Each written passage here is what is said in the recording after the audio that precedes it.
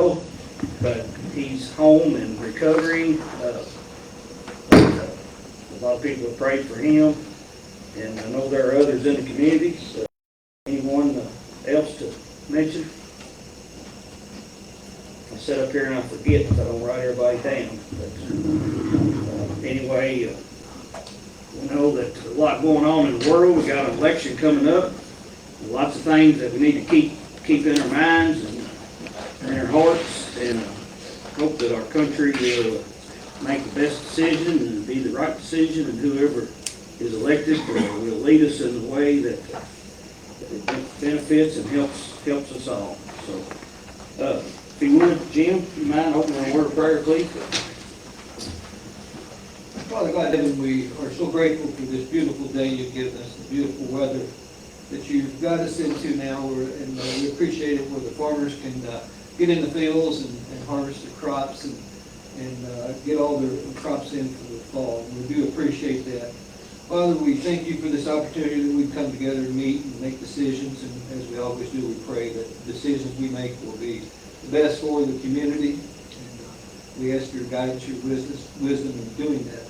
Father, we ask you to be with those who are less fortunate in this community, those that have lost loved ones, and be with Mark as he recuperates, and all the other ones that need prayer. Just be with them and put your healing hand upon them and bring them back to health if you see fit.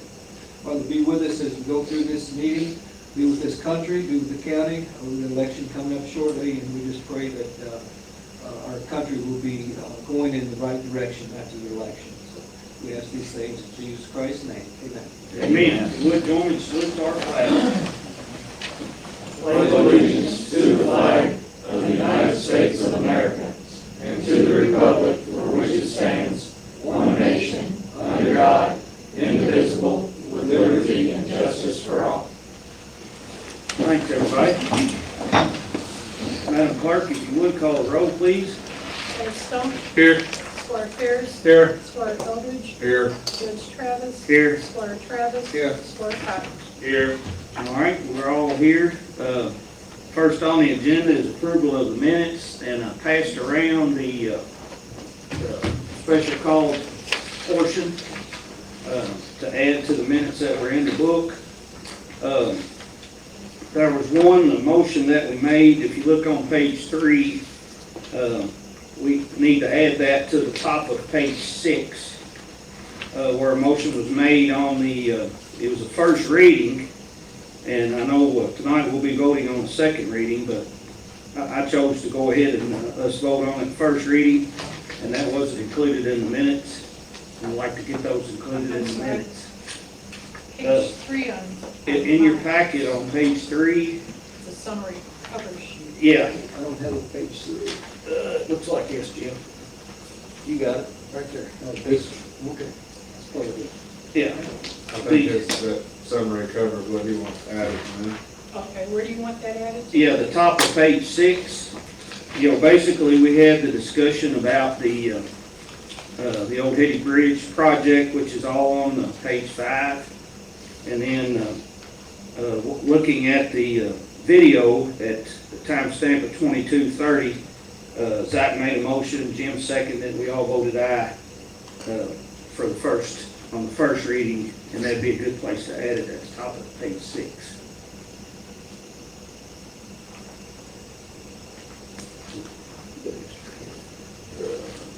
I don't have page numbers, it's going to be long.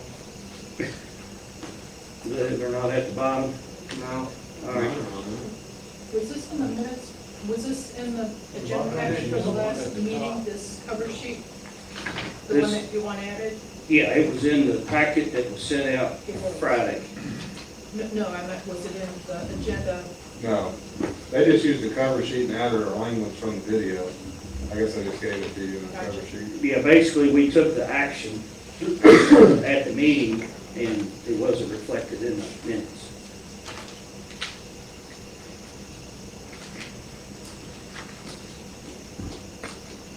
You do have that language, Lynn, on page 3? I do. Okay, Yeah. all right, thank you. But I don't have the bills from the executive session. The bills weren't approved prior to Well, those aren't necessarily bills.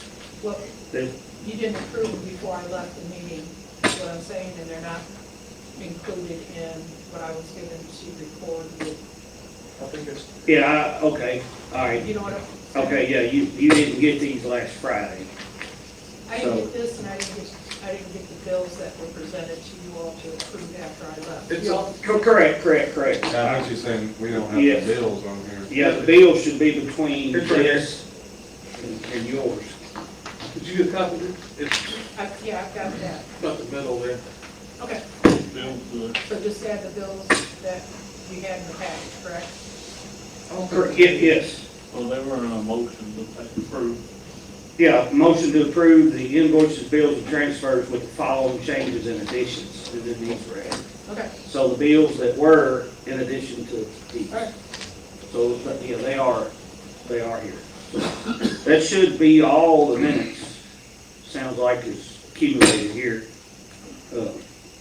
But I didn't have any other change myself, so don't know if anyone else that saw anything. Motion to approve the minutes with any additions or corrections. Second. All right, we have a motion by Mike, seconded by Will, to approve the minutes, the pre-executive session and the post-executive session with the minutes, with the changes that were presented. All right, any discussion? All right, all those in favor say aye. Aye. Anyone opposed? Motion passes. Got fine. You want to go get one of the officers? I got one. I give Jim one sloppy. Thank you. Gotta use blue. I gave Jim a pen, that was short. All right, that takes care of that. Let's see, next on the agenda, communications from myself. There's a report on page 21 to 22, just to look at from KIPTA about different projects that have been approved and going on. I'm sorry, Mike, yours don't have the numbers on it, but it's I just, found, okay, got it, I okay. was looking the wrong thing. All right, good deal. So just have that information only. Number 2, you see on page 23, there's a letter from, that was typed up from the city of Taylorsville. I guess it says signed by the mayor. She didn't, my copy that I got wasn't signed. But nonetheless, I did attend a meeting back 2, 3, 4 meetings ago, and we voted as a court to blacktop industrial drive out there and then in front of the recycling center. Y'all remember we voted to do that. Well, I informed them that we had taken that position, and it's kind of nice how they just rolled it all into a sweet statement and tied a bow on it, and basically said that I informed the commission that the county was in a position to assist with the pavement and repair 2 certain city streets. Well, we did some research on how they became city streets, and that's in your book on page 24, 25, 26, when they annexed some property, 27, they annexed where a Country Mart was and annexed that road. If you look on page 25 in the middle of the page, it says including the intersection of Industrial Drive and Spears Drive. Well, it says to and including the intersection of Industrial Drive and Spears Drive. So they're offering, since we found it important to blacktop that, they're offering, hey, that's great. If you look at the last sentence on page 23, it says, we look forward to formalizing our understanding and we'll be glad to assist in the drafting of such documentation as may be prudent. So basically, they're saying that they're happy that we blacktop their roads for them. I want to see how the court would like to handle this. I challenged them then that at that same night that I feel it'd be good if they would blacktop the parking lot that's behind the chamber. If y'all remember, when we had Oktoberfest, they came and put rock in the holes, filled the holes up. But, so, you know, I'm happy with making an agreement with the city of Taylorsville if you all want to, and ask them that we'll blacktop that road if y'all blacktop that parking lot. That's, it's up to what you all want to do. You all can think about it for a minute. It's our road, we should maintain it, but it's our road. We have been scraping it. Right now, there's a great big hole on Spears, big old chug hole. I saw it today. The road is not in the best of shape. It's cracked, and it all started, Jim, I know we brought up about striping it. And then we voted to just pave it. And we could still continue and do what we agreed to do. We can,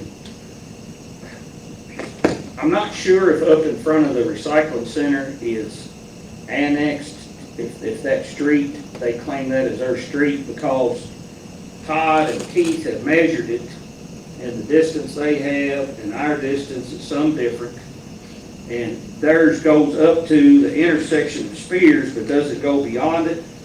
So we could choose to go ahead and blacktop the part beyond it. And then we can patch over in front of our EMS building. Well, what I like about this letter first off is, you know, the second paragraph in there is, despite with it being in the city, both industrial drive and Spears Drive receive heavy and constant use by county government vehicles, county employees, county residents, due to the location of Spencer County Health Department, Spencer County EMS, Spencer County Animal Control, and Spencer Recycling.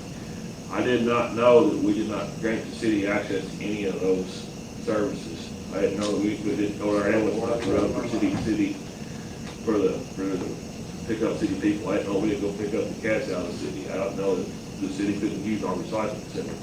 So if that's the case, that's where I kind of stand. Well, the letter starts off like tit for tat, right? Yeah. So, Well, you know, on Spears Drive, does it specifically say in there anywhere that the city owns Spears Drive? They just said it includes the intersection of Industrial Drive and Spears Drive. It doesn't say they annex Spears Drive. The annexation map, the mayor and I were looking at it today, and Spears Drive is annexed. According to the map I've got on my wall from 2018, it's annexed, plus all the property where the animal shelter is and the EMS building all the way to the health department, all that is annexed, including Spears. I don't remember the exact measurement that's on the documents of how long Spears is, but I saw on that map today that it is all annexed. But it's a matter of how you guys want us to proceed. Again, I think this brings up another situation on our new animal shelter, that our right-of-way going beside the dollar store, back through there, that was probably gonna fall under the same category. The city's gonna say, we're gonna annex that, or they already have, or whatever. I think they have, because it's on that map also, that part is And annexed. we're planning on paving that when the new animal shelter is complete. I think we've talked about it, so. So it's a matter of what, I wish it was different, and I wish, of course, we can take it that, basically this letter says, we're happy for you to blacktop it for us. I would rather it said, hey, let us split it with you, or something like that. I would rather it says that. well, I think the best case scenario is, like, apparently we've started the dialogue, and they, for once, extended an olive branch to reciprocate if we would need something that we would like to have done within the city. I don't really like the idea that paragraph that you read, just because, I don't care if it's got 3 county government buildings on it or not, it's still a city street, sorry about your luck. But if they're willing to reciprocate, we need something in the city that we think we need paved, and whatever. Like a meter for a new meter and sewer. But this could be a good step in starting a relationship with scratching each other's backs for the better good of helping, whether it's city or county, helping the citizens as a whole, so I'm down with it. We did ask at their last meeting for some consideration for the animal shelter, as far as water, sewer, the meters, all that. They were going to discuss it, and I'm hoping that tomorrow we'll have an answer from them, so. I'm sorry, Dan, but did they commit to paying to put the meter in? They wanted to They wanted to know exactly how much it was gonna cost. And then, it wasn't like, no, we're not gonna do it, it's just how much is it gonna cost us? Well, I don't think that we are expecting to pay for a meter to the building, I think we're just basically wanting to waive the fees, that's their exact and the deposit for the meter. And they were $5,600. Yeah, the city gave us, Dan and I at that meeting, the city gave us, those reports, $5,600 to do what they needed to do, to supply a meter and the tap fee, which was $3,500. And then we asked them to waive the monthly fee for water and sewer, total, from now on. If we have to do an interlocal agreement, that's fine. They didn't say, hey, yay, they wanted to know what size meter it needed to be. They didn't know that night, you know, if it was going to be a 5/8 or a 1 inch. I called the plumber that next day, he said 5/8. I called, or emailed Steve Bevan, told him 5/8, and he says fine, which is what they quoted us. So, we're waiting on them. Yeah, and we asked for, consideration for the, like Jim said, for the water and sewer. They didn't commit to that, but they did ask for they did ask her, I guess she's a comptroller for, they wanted to see how much water and sewer we use for our current animal shelter, so they could kind of figure how much that would be per month. We should know something tomorrow, sure. I'm sorry. I just asked if anyone committed to paving something, if we paid that, like Mike was No. saying, I think it was Yeah, just you talking. That was just me. Oh, That was me oh. hoping. Oh. That was me hoping.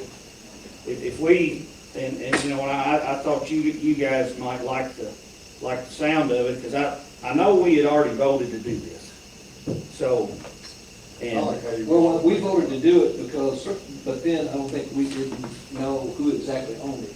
Well, our road Whether it system. was us or. the Well, I city. think- and we're still maintaining it. We still salt it and scrape it. Well, I think before we move forward, we need to see if they're in the mood to reciprocate, which I was under the impression by what you said. Yeah, that was just a hope. Okay, well, I I'm mean, trying to be optimistic. I'm not interested in giving them anything. I'm all about us working together, but if it's just us giving and them taking, then I'm not in for that. You know, a question for Cheryl, maybe. You know, I know we discussed in the past about one government agency giving money to another government agency, which is taxes, you know. It'd be very It's interlocal illegal to agreement. do Yeah, that. it has to be. The interlocal agreement. Right, It'd have to be, right. We can't just do it unless we've got an interlocal agreement. correct.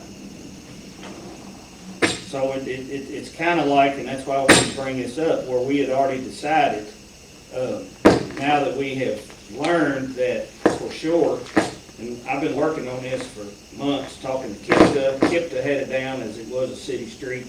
So then I was questioning on how they can just willy-nilly, if it's a city street now, that kind of thing. And it basically can happen that way.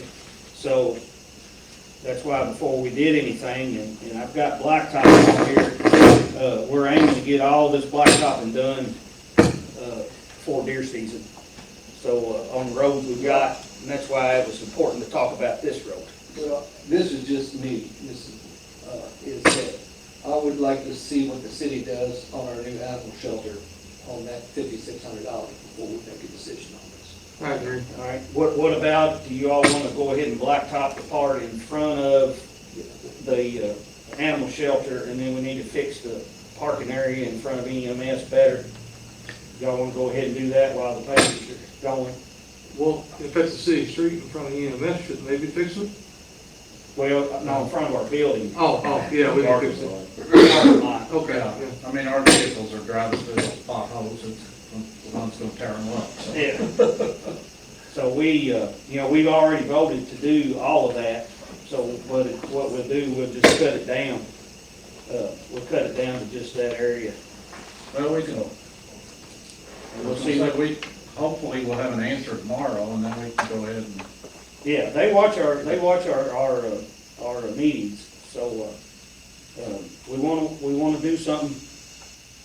We wanna work for the people in the community, and, pettiness is unnecessary. Let's get together. So, all right. I guess that's all I have on that item. that was on page 23, it goes on through. On number 3, the animal shelter kennel rebids, we did get one bid in, and they're due by this Friday at 11, and then we'll be ready to open and award, I guess, to the best bidder. I added a few more items. I added a number 4 about picking up trash. I know I made a statement that we wasn't gonna send any litter abatement money back. I've tasked Julie and I've tasked Karen Spencer to get roads lined up, and we're gonna pick up trash to not send any litter abatement money back. Now the fall has arrived, and the recycling collection is off a little bit, and if some of the parks guys are not mowing and so forth, we'll make sure we don't send any litter abatement money back. Tomorrow and Thursday, 10 to 3, in this room, right, Doug? We're having the open enrollment on the health insurance. So if anyone is making, is it everyone or anyone making changes? Well, somewhat making changes really, but still technically, they may want to come in because they may have been taking, let's say, the cheaper Anthem plan, and maybe it's cheap now to take the backup plan with the changes that we made last meeting on that. So basically, to all employees, if you for sure want to make changes, or you're curious about if we have better programs and so forth, enrollment is 10 to 3 tomorrow and Thursday here in this room. So we actually need to, I'll ask my office, we need to send out to remind everyone about it. Do you remember, Doug? I'll write a note here in case I forget, but let's remind all employees in the morning about that tomorrow and Thursday. One other item I wrote in here, opioid funds. I saw on the news this morning, I forget which big chain store is settled on the opioid, so I guess they've reached a settlement. There'll probably be some more funds sent in. I was invited to a meeting the other day with 2 other county judges and then former Governor Ernie Fletcher about centers for folks to do rehabilitation. And Cheryl, I guess it has stuff, recommendations to the court, different type of programs for folks that need to get off drugs and so forth. And we were just brainstorming to find maybe a regional approach, because the state of Kentucky has a pot of opioid funds also that could be leveraged for something. And but there are opportunities there, and it's not just everybody wants your opioid funds. But of course, since you do, everybody wants your opioid funds. But nonetheless, an opportunity to help. And I did speak to these 2 county judges about that, where they have those devices behind their ears, the ears that we chose to do 5 of, and they were trying them also. It was Meade County and Bullitt County. And they had committed some of their funds to try it. So we're in the works of getting all that done to where we'll have five of our folks to hopefully utilize that and get in better shape. I've got a bunch of things here to just kind of bring up. Tomorrow at 10, I'll be going to the Ag Development meeting, doing the $300,000 request on the animal, not on the animal shelter, on the farmer's market. Went to the animal shelter today. The plumbers have got their approval done. I sent a text to Doug White, and he said they would probably pour that concrete and they'd have it all under metal, maybe this week, he said. So, yeah, the metal's was sitting there, so that's good. Let's see, got that covered. One more.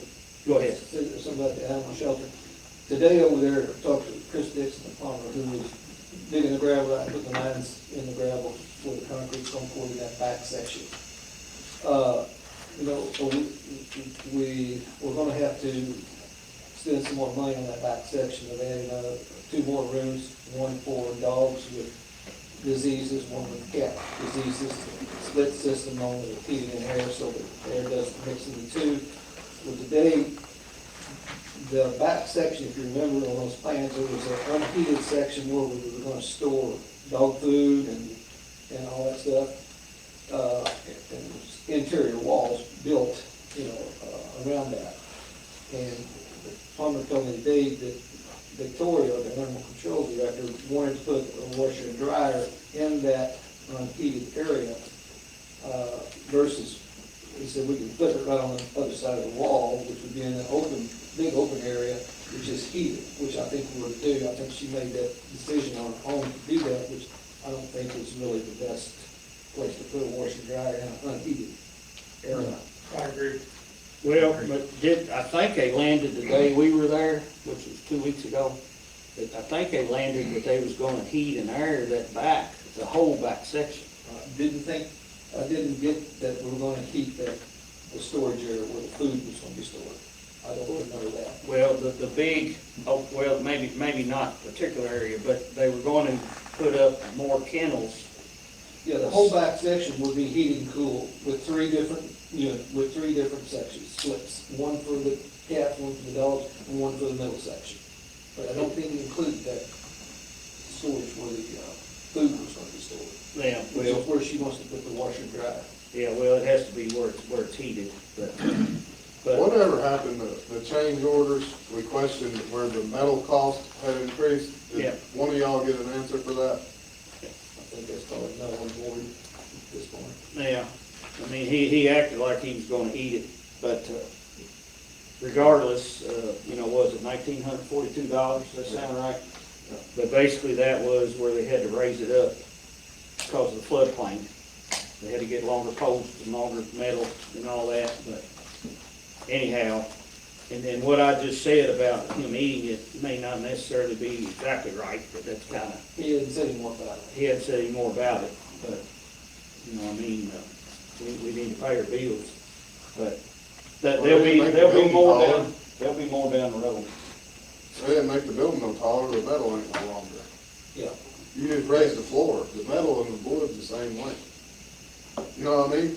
You're gonna backfill Raise against the the building. elevation of your grade. Well, I see what you're saying. I'm just telling you what he told me. Well, the building height didn't change, it didn't go up a foot I'm not taller. disagreeing with what you're saying when you think about it that way. Another That's the way it's supposed to be. Yeah, because the floor has to be the elevation.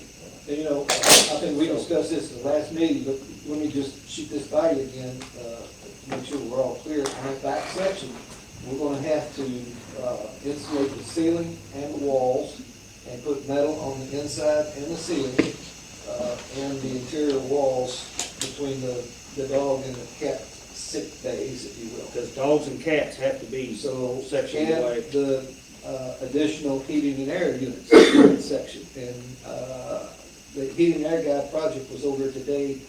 I didn't get a cost from him. I think Doug White's got that. So we're gonna be having to finish the inside of that, rest of that building.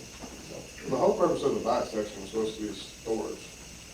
Now we're like building a whole nother 40-foot animal shelter. well, Victoria made a good point, was that, there's no room in the kennel itself. There's 10 kennels. There's no room in there for 6 dogs or 6 cats, 6 cats. Where's the room at right now? Because it's all in one room in our animal shelter. No, they have one They got room they can several rooms. isolate. Like a 10 by 10 room or something? It's gotta Something be like that. separated from all the rest of them. They got a bunch of- That's by KRS. Yeah, you I gotta have have a question on that. I'm just isolation. asking. That when you walk in, that they've got kennels set up currently, they've got kennels set up over here. And then you go around this way, there's a whole nother dog room over here. Yeah, I know what you're talking about. And then you But go it ain't out a the big door. area. Well, it's a pretty good spot. Like three or four kennels, so they can hold. That this, what Jim's talking about, and I agree, this'll make the whole area to where you can use it if you need to. Kinda like, and I guess probably our eyes opened up when we had together all those dogs last month, that, you gotta have the space, and, So, Gotta have a budget too. you gotta have a budget too, I don't disagree. So, any other discussion on the animal shelter? And I do have, that's in old business, but I'll go ahead and bring it up. We've got all the stuff ready on the Sweezy land donation. We'll get this executed this week. Corey's got it all finalized, so we'll knock that off the old business. I think I've got all that I was gonna bring up there. So, any other questions or comments on all that? I know that was a few. Now we come to communications from citizens. Anyone in the audience like to address the court? All right. No take. No takers. All right, next is Julie, readings, recommendations. They actually start on page 50. 27, 50. Well, those are minutes. 28. Only 8 minutes too. Yeah, the minutes goes a long time. 2 meetings worth of minutes. What do you need, page number? Mine starts at 28. I think it's still in the, Yeah. the planning and zoning minutes. No, that's my page. Okay, was that right? They go through page 54. Yeah, mine starts at 28, when the first one is for the. Correct the date. Go through page 54. Okay. You gonna read all them pages, Stuart? Are you ready? No. We don't want them read. I'm not a speed reader, so, I'm not sure which one you all have on there to start with. Ordinance number 2 is one I got. So that where Yeah. we're going, or do you want to do first readings? So we'll start with ordinances, You go ahead and do your first readings. okay? The first readings are They start not with, printed in here. starts with Rhonda and Deborah Thunder. Yeah, one line there. Page 30. Yeah.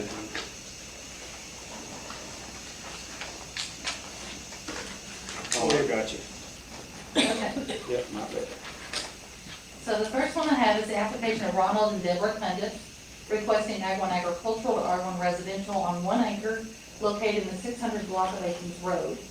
Commissioner Hunt made a motion to recommend to rezone the application of Ronald and Deborah Cundiff requesting zone change from Ag-1 agricultural to R1 residential on 1 acre located in the 600 block of Akins Road.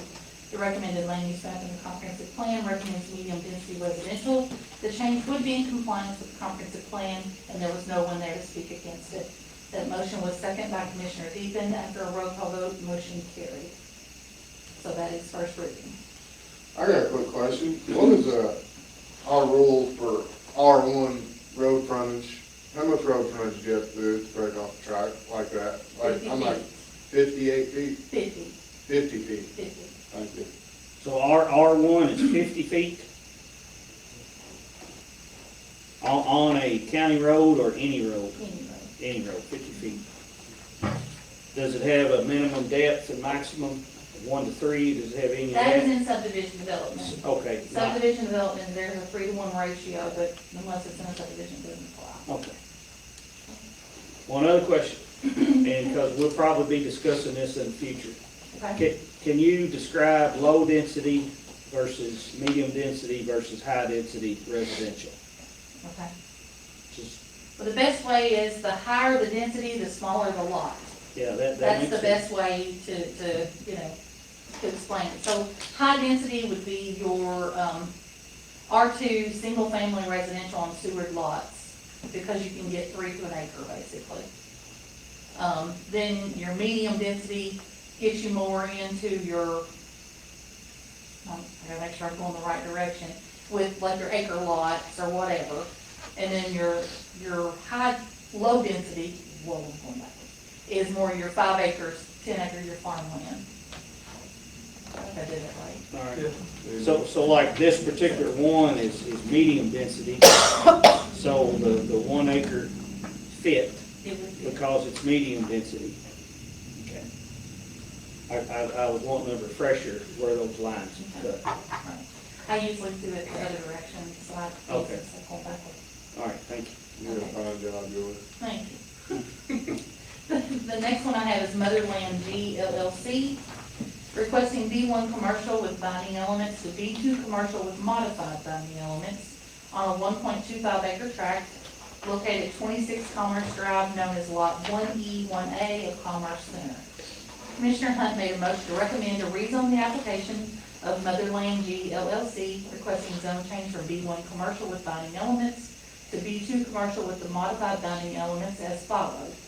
To modify the number 1 regarding lighting to allow the application, to have a backlit sign measuring approximately 110.4 square feet, which also modifies number 10 of the dining elements to allow variance on the actual size of the sign because it does go over the 100 square foot maximum. The 110.4 square feet does include the columns in which the sign will be attached. The sign will not have to be set back to the building location and can be in front of the building, and no one was there to speak against it. The property is 1.25 acres, located at 26 Commerce Drive, also known as Lot 1E, 1A of Commerce Center. The recommended land use map in the comprehensive plan recommends mixed-use area, and the change would be in compliance with the comprehensive plan. That motion was seconded by Commissioner Deaton. After roll call vote, motion carries. Question. Okay. I got one too. Correct me if I'm wrong, is that lot where the lateral lines, the septic system is for that business? On the page here? Well, this is what was BP. It was the BP station. Right. And so nothing is changing about it at all. It's Right. staying the BP station. They're not adding a building or anything like that. Where's the sign going? Where do they want to put the sign? Where there's an existing signpost. Where that post is there with no sign on it. Exactly. Out front? Out front. Not the side, the side. No. Okay, Right. gotcha. And so what happened was when this was zoned originally, they put binding elements on it. And so the only way to change it would be to modify those binding elements. And the only way you modify binding elements is to go through the same as if you would have zoning change. That's Okay. my question. All right, again, the lot, is it lot 1E, 1A? Yes. Okay, that's, on the diagram, that shows over to the left of the building, not in front of the building? There's a, you could, It's you the, think, it's if the you whole. can think, Jim, there's a, I think there's an old signpost there where they were going originally, they put that sign out front, but it's got by the road now. It's already been there, it's been there. Okay. Yeah. Yeah. So But one, their signs up again. 1E, 1A The is Arco the lot as a station. whole. Yeah. Okay, the whole lot. Used to be I'm so. thinking this was right here was the lot you're talking about. No.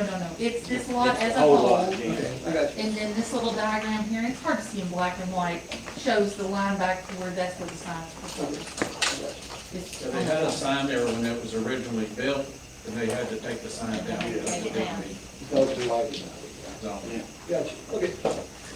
All right, so But that's, as far as the building and everything, he's not wanting that to change anything, he's just doing this to get permission to have a sign. yeah, Okay. So that's that one. all right.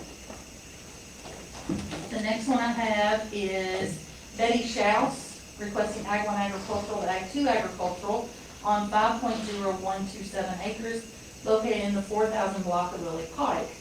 Commissioner Wheatley made the motion to recommend to rezone the application of Betty Schaus, requesting zone change from Ag 1 agricultural to Ag 2 agricultural on 5.0127 acres known as Tract 1A of the John and Betty Schaus division in the 4,000 block of Willie Pike.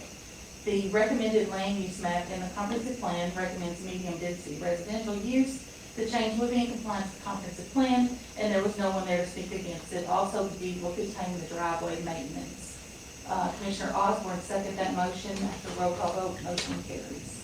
I got a question on this one too. Okay? Is this, I'm assuming this is where that house is already replaced? It is not. Okay. So that's Where the good. house, No, there's a manufacturing home sitting there, is Yes, actually right out here in the front. okay. And her driveway that you, it's there, is this driveway that they're showing this Yeah, easement. This is gonna be for the other granddaughter. okay. So that way both granddaughters have a piece of property. Or are they gonna put that 5 acres, I guess she's, well, I don't know if she's gonna build a house or not, but they're gonna have to build a stick frame house, because Yes, that's what she said in the meeting. But I think you gotta have, what's the zoning on that for a manufactured home, 10 acres now, I think is the code. No, they could do a manufactured home on Ag too, but she, in the meeting, she stated that she was planning on building a home. Well, I thought there was a certain number that you had to require, like you had to, for Ag 2, you gotta be how many acres, 5?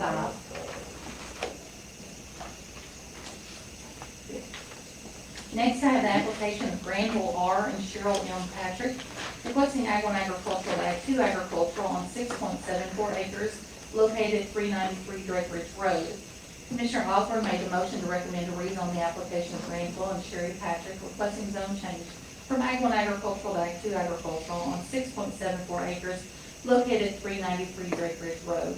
The recommended land use map in the comprehensive plan recommends low-density residential use. The change would be in compliance with the comprehensive plan. This would bring the property into compliance with today's guidelines, and there was no one there to speak against it. Commissioner Deacon seconded that motion. After a roll call vote, motion carried. Any questions? So we're gonna have the ordinance 2 there. Okay. All right, now we are up to, page 28. page 55. 28. 28. Distillery. Oh, well, yeah, but that's, All right, so we have proposed ordinance number 2, fiscal year 2024-25 series. This is an ordinance amending Article 3, Section 300.3L of the Code of Spencer County zoning regulations, amending conditional uses allowed in Ag 1 agricultural zone pertaining to craft distilleries Class B only.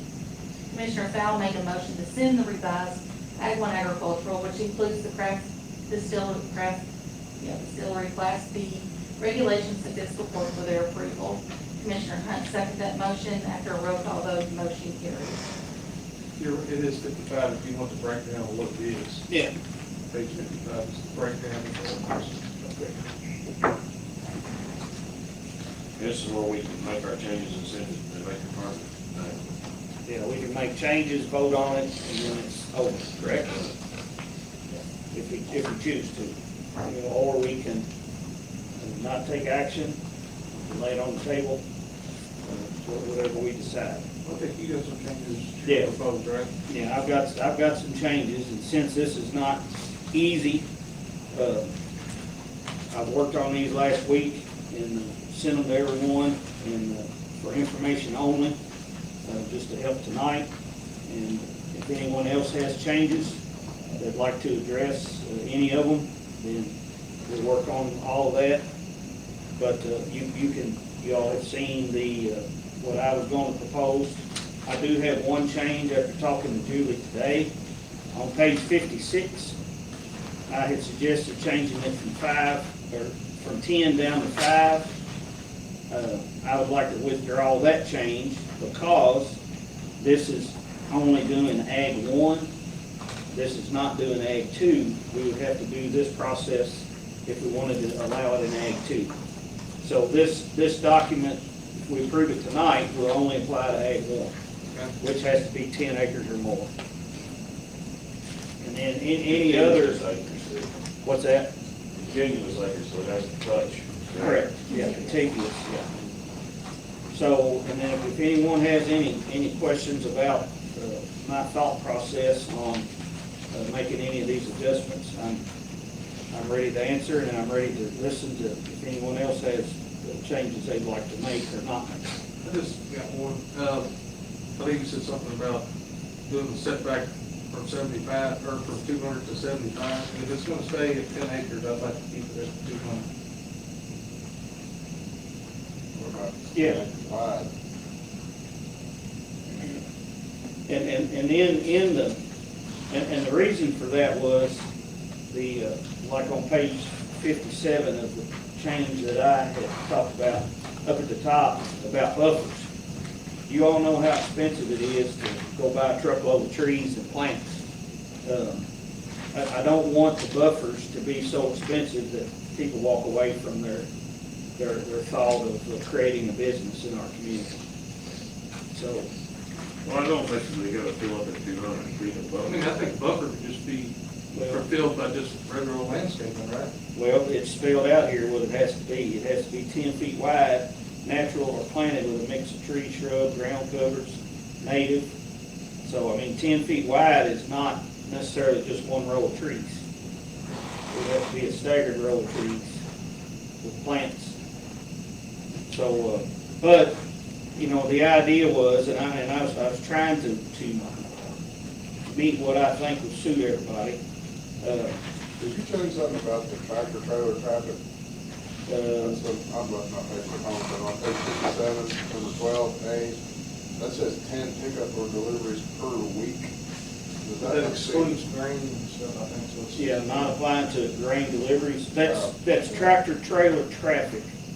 So to 10, not pickup trucks, but 10 tractor trailers a week, So, not including grain. I mean, I don't care if you wanna like get rid of like some of the buffer stuff, you know, my only thing was, you know, when you start interjecting some stuff like this in a quote-unquote bedroom community, there still should be something, you know, I don't really think you want people like, you know, put stuff like right on the frickin' property line, and if you, and I think there ought to, you know, there ought to be some room there, to where, you know, you don't have a warehouse or some storage facility going right up, you know, 25 feet off the property line from somebody's house, but, understand where you want to keep costs down, you want to keep this inviting to businesses that want to come and set up shop in Spencer County, and we want to welcome them, so whatever the best is, I would like to keep them where they're not on the property line, but if we need to adjust the buffer verbiage in here to better, to make it more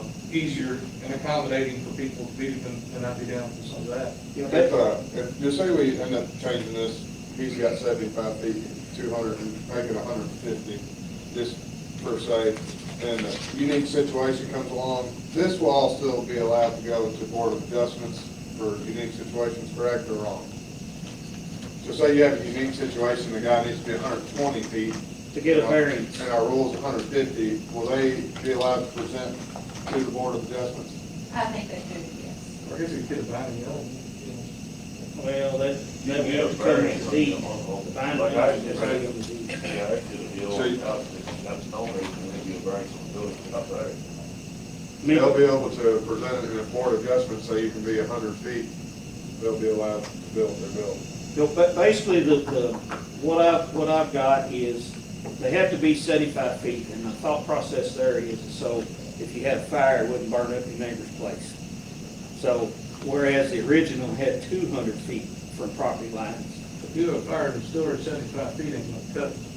Well, but your neighbor can't be on the line neither, unless they've got, well, I know that they had some discussion, and 75 feet was a safer zone, so that's why, but basically, you know, they'd have to be 75 feet off, but then they wouldn't have to have buffers if they were 200 feet away. Is what I had down, but we can, you know, we can reach them, have a meeting, or What would split the difference, I mean, at least 100. then for the reason, the reason to do 100 is for what reason? I just don't think they should be that close to a neighboring property with a structure that they're gonna, you know. Of course, now, let me explain this also. Class B is something that would do 50,000 gallons or less a year. So, big box comes to town, they don't qualify under Class B. So it would be something smaller to start with. I mean, the Class B distillers, you know, biggest buildings you see in the 80 by 100s. I mean, they're nothing. I mean, that's a big building, but I mean, it's not like what you think these big rig houses. Well, so like, if you got 10 acres, you still got plenty of room to pull it back from the edge. Is this gonna be on, B1? Well, and the other thing, This is agricultural, Only ag- we're only talking about agricultural. the other thing you gotta think on these too, especially on these 10-acre lots too, with that is you gotta have retention ponds, right? Especially if you got those barrel houses, brick houses, that's gotta be included in those parameters too, so. You don't have to have it. You gotta have them. KRS got a retention pond to catch that whiskey if it catches fire. Is that so many gallons per year?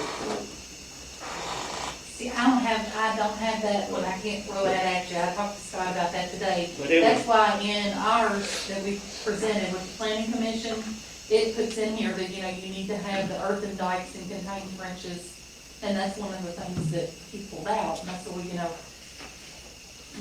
The planning commission didn't go over this lately, you all, you know, I mean, we've spent 5 months or so, really more than that, diligently looking at this. This whole book is nothing but statutes and definitions in other counties and stuff like that. And so, you know, I feel like I got a good diverse group on there, you know, and just hearing people's experiences and things that, they, you know, their knowledge of it, you know, goes back to like that. After Heaven Hill, that was a big thing they started adding in, you know, you've gotta have those. Of course, yes, there are still state guidelines that have to be followed. So, you know, with that being said, if you're staying 200 feet off, depending on what, I mean, just depending on the situation, is, well, of course, like Will said, you can always come in, Board of Adjustments and adjust to make everything work inside that, so, but. I can go either way. Well, just for think, personally. a lot of these were pulled from examples from surrounding counties that already have this in place, you know, and for these people to have experience in this, and they've been doing it for a while, and they said it at 200, there has to be some reasoning behind that. And I just didn't want to cut it all the way down to less than 100, at least, you know, I understand we want to be as accommodating as possible, but if you want to cut down to 100, you know, I'd be agreeable with it. I don't have a problem with leaving it 200, if that doesn't work for someone and they can come to the Board of Adjustments. I thought that too. I mean, it's, you know, it's like Will said, why does the number matter at all if you can come to the Board of Adjustments? I think Well, I think the Board of Adjustments is gonna look at what planning and zoning have, I think it'll have be something on their to start on. side, but Well, I if they agree. see, I that, agree. they're gonna be on planning and zoning side, but if they see a reason, a solid reason, you know, I think the people on there will. I'm okay with leaving it at 200, and then that gives them a base to work with. No, you just said 100. Well, I'm trying to go back on the also. We ain't on no side, we all together. Yeah, I think- Together, Mike. I didn't want to cut it at all, but I was trying to show good faith and at The least. main thing is, you know, to consider it, just, I mean, just like the planning commissioners did, and some of them talked about it, where their homesteads on their land to the property line, and then add 200 feet, and think about what the potential could be that far from your home, from your property line. But You know, because. the potential could be Look anything at it, exactly. on And agriculture. that's why they felt like 200 feet was good. Now, I think Nelson County, I think it's 400 feet. Is There's that one in of them that is- agriculture or is that in Mhm. something else? Northern agricultural. So, you know, that's why they came down from 400 to 200. Was that a Class B or a Class A? I think Class B is the only thing I pulled on there that I. Out of Nelson County? Mhm. But you know, this 10 acres, that's a minimal. I mean, somebody can buy 100 acres and do this and then wouldn't have to worry about setbacks. Sure. You know, Right. the 10 acres is a minimal. Well, unless where they wanted to build Yeah. was challenging. Yes. I mean, Jeppa Creek, we've used them for example. They have 60, 70 acres, and where they build their business, right up on the road. There's a reason why they built it right up on the road, because that made it more profitable than hiding it in the woods. And if you want people to come to town, they're gonna want exposure. Well, I'm good with the 200 feet. I'd like to talk about the tractor trailer traffic. I'd like to see 10 pickups or deliveries per week. Anyway, you know, do we need to have that in there? Because, you know, a tractor trailer maybe only have 2 items on it to be dropped off at that business that day, along with dropping off at Country Mart or dropping off here. You know, so what if someone that does have this business and they've had 10 loads in a week, less than a week, and they've got another load coming? What happens? Well, I think Do this we is, really need that in there? Well, I agree with you. Completely I out. think you can take That's it. Well, really- part of that was looking at, again, another county, you know, they had limitations in other counties. But I'm gonna just pull, I used this one earlier, that Goose Creek Road. How many times do you want a tractor trailer of stuff, of sludge, you know, whatever's coming in and out of there on a day on that little big crooked winding road?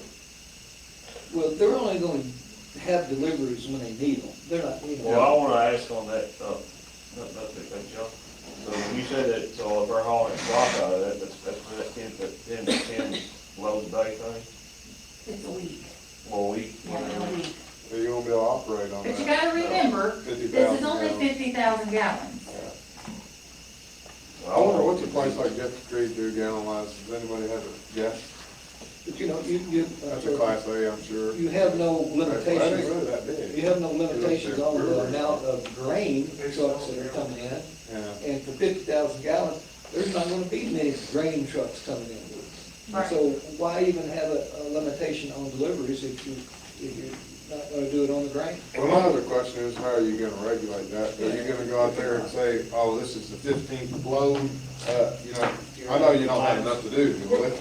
Are we gonna, I know you just used that as an example, but are we gonna allow a place like this to set up on like Goose Creek Road? Like, it ain't even gonna get a line. If they've got 10 acres, Ag one. and they are Ag 1, and they come in and meet all the criteria, then they could be there.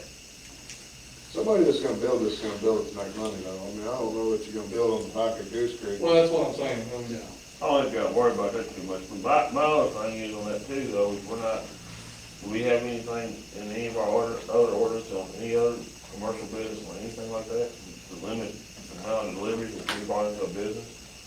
But we're not talking about a commercial business, you're talking about putting something on agricultural. Well, but I mean, I mean, it changes a little bit when you get into your commercial zonings. This is just on agricultural. This is trying to allow them to do a business yeah. use on agricultural. And that's, I'm gonna take you back to, that's why it's written in here as doing it as a conditional use permit. Is to allow somebody to do something unique on agricultural property that normally would not be allowed. Well, that's the only last thing I want to say is that this one line that you brought up, you're kind of crossing the line of really controlling how somebody operates their business. I think everyone's. And if that gets in the way of them being profitable, then that could be flying the weapons, so to speak. I wouldn't want it on there because if I ever want to expand or do something else, or just say, look, I'm just not getting it done with 10, I need 11 or 12. It's another It total. limits your profitability, in my, but, you know, it is what it is, you know. If they're gonna be small and it's not gonna matter, then we shouldn't have it on there anyways. If it's gonna be a little General bit- consent, we can mark that We one could out. mark out 9A. Now, under the original here, it's under,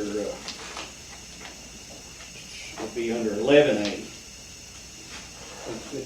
page 57, 11A. it'd be- Mark that. We can just mark that line out. Are we leaving the distance of 200 feet? Yes. Yes. Put that on whatever change that we're gonna submit. Another thing on the page 56, under number 3A and 4A, you've got the maximum building footprint for any single building should not exceed 20,000 square feet, blah, blah, blah. You say that twice. I think we don't need that. And two different, number 4, it talks about a distillery storage facility, says the same thing, where up in 3 it says any single structure. Well, And why 3 do they is have for two? the distillery itself. Do what now? The 3 is first for one, the 3 is distillery. for distillery itself. Yep. When you get into 4, you're talking about the rack houses or I mean, it's, It's storage. still a simple That's why. building. yeah, It says any I think single it's the same structure structure. shall not exceed 20,000, whether it's a distilled storage structure or whether it's a Okay. distillery or what. So why do you read that in there twice? But, hang on, are we allowing, I mean, I don't know, I haven't read all of it, I'm gonna lie to that, but are we gonna allow for the distillery to be at this site, any continuous acres, and a rick house for that same thing be over here on continuous acres? Yep. All right, yeah, well, then that's where that. But it's not continuous. Well, I'm saying if Continuous this is is, together. so if you got 10 acres here, and the distillery, the brewery's here. Yep. All right, you travel down Goose Creek, go over to Delta, and you're over here, and there's 10 It's more not a acres. continuous 10 It's acres. not contiguous. Contiguous is joined together. Yeah, but you could still have 2 separate sites. That's 10 acres continuous, is what I'm saying. So you got 10 acres here, So you're saying put Then the you got 10 acres storage here. on one tract and the other on the other?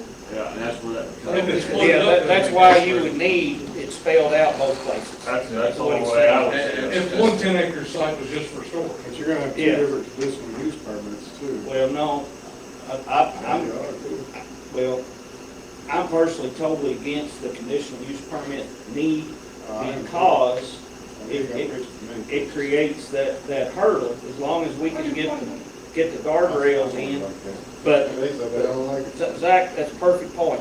I mean, If I come in and get a permit just to build, I've seen that, that's why I say just to that. build the rick house, then I would need that language to be limited to 20,000 feet. Yeah. I mean, and you'll see that, instead of everything we make, and we, essentially, what we're opening up here, that could be a distillery sitting nowhere else in county, or 10 acres here for sale too. That's the big side of the storage. It's not the same 10 acres though. It's not the same. But they would still be buying a You got, permit. you got 10 acres here, you got 10 continuous acres here, you do, and then I've got 10 continuous acres over here that I want to sell. This is where the brewery goes, this is where the red house goes, two completely separate tracks. They don't go there, they go on one track. That's not the way it's ordered. But basically, Jim, number 3 does not have the word storage. Yeah. That's the difference. But I think what you're Any asking, single number building. 4 answers. Yeah.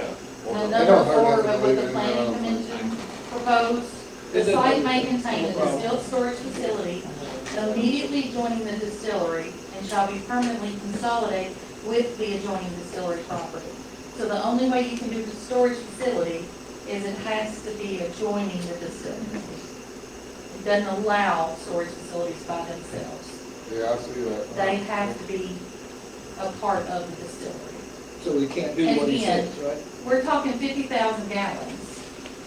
You're talking something small, or you're not talking, I still see, I've seen. All it says shall be permanent, consolidated with the distillery. but I think with this, I don't think you can do it separate. Now that I'm reading all further down, yeah. It says it has to, It's a must be, package deal. Well, just number 4 says it all yeah, spelled out. immediately joining the distillery and shall be permanently consolidated with the adjoining distillery property. But Scott pulled that verbiage out of See, this. I pulled that out. That's perfect. Needs full. So, I mean, what I should have done, and I can do, is give you all a copy. I highlighted everything that Scott pulled out. in pink. So, Yeah, this one. yeah, I agree that, So- point that out, 'cause if they wanna build a rick house on a separate property, then I'd say build a rick house on a separate property. I mean, it's, Yeah, your rick house is gonna follow the same guidelines. you know, They still have to be 10 acres, they have to be so many feet off the road, yeah, they can only be 50 feet, and and they can only put, So number 3 would include storage also, and you just get rid of. yeah, so they could have it, but Well, I think if you remove the line that was in the original, then it didn't have to be on the same property, you could put it on a separate property, which I agree with. But So, maybe get rid of 4 and all the subsections, and just add storage facilities in with number 3, I think you covered that. Well, and number 3, I think it is, well, it says all. well, processing, production, manufacturing, distilling, brewery, and/or bottling. And you just Doesn't add say storage, storage. just say add column of storage in there somewhere, and then I think you get rid of 4, A, B, and C, and I think you're good. well, I mean, what did you get rid of out of yours? I'm trying to look and see. I mean, no, I've got 4. We've got 4 in here. The site may contain a C, distilled 4, storage A, B, facility. you got rid of That's C, it. 4C. Well, I did away with the Oh, no. immediately Did. adjoining, Yeah, shall be permanently consolidated, that way it could stand on its own. okay. I think that's all you need to get rid of. I think that's all you need to get rid of out of that. So just number 4, but leave A, B, and C. We'll just take out from. Are we in agreement on that? Just take out from, right after it, go from immediately, yeah. Well, I've got a 4A and a 4B. Yeah, Took but the 50 but feet out. that's and just took a the- C that can be. So, can we strike that one that Scott had taken out of his? I'm not sure which. You're just striking 4. Which one we're talking about? No, not 4. You're striking from 4, that's right after immediately. So you want it just to say the site may contain a distilled storage facility, Yes, Yeah. period. period. So nothing about immediately adjoining or anything. So I'm gonna go back to what Zach said. So we're gonna let Nelson County, if they've got the distillery close there, come here, Buy a rig house. Put a brick house put a up? rig house up? Yes. I think so. For sure. Okay, So, I mean, there's a lot of counties, that's all they have is brick houses. okay. And it'll have to, you know, be this small and this short, and it'll have to be built by state guidelines. Now, there's another real important part here, if I can find it, about selling what's manufactured on site Where you at on that? on page 55. And we discussed this some last. Yeah, I brought this up some last time. Let's see, On 55? on page 55, yeah. 55, look down here, see such facility, That's 55. yeah, at the bottom, under where it says Article 3. I'm trying to see what but basically the part about only manufactured on site, Can be sold. right. It's next to the It's not last in sentence. Scott's set, it's not in the set that Scott proposed, it's in the set that the planning It's in the- commission proposed. Yes, it's in the packet that was sent, What's, not what I sent. are you saying that needs to be What, gotten what rid of? number is it, Julie, on your? So it's in the, on the main page, Oh, okay. right, it's the second line from the bottom. Oh, right here, I see it. Okay, I see Alcoholic it. products, and Okay. then he's marked only manufactured on site. Yeah, He wants mark, to take that out. only manufactured on So what site. that says is they can bring in alcohol from other places and sell it on their Yes. property. And see, then they could also store it. Okay, If this in there, you couldn't store it. okay. That's true. Now, I kind of don't like the wording that they can just, because then you just can turn into a package store. Well, I think I would fall You're under- selling by the drink anyway. Huh? You're selling it by the drink. You can sell it by the bottle too, though, Yeah. if you're bottling I it. think- I mean, but, so it just becomes a liquor store until they make their own.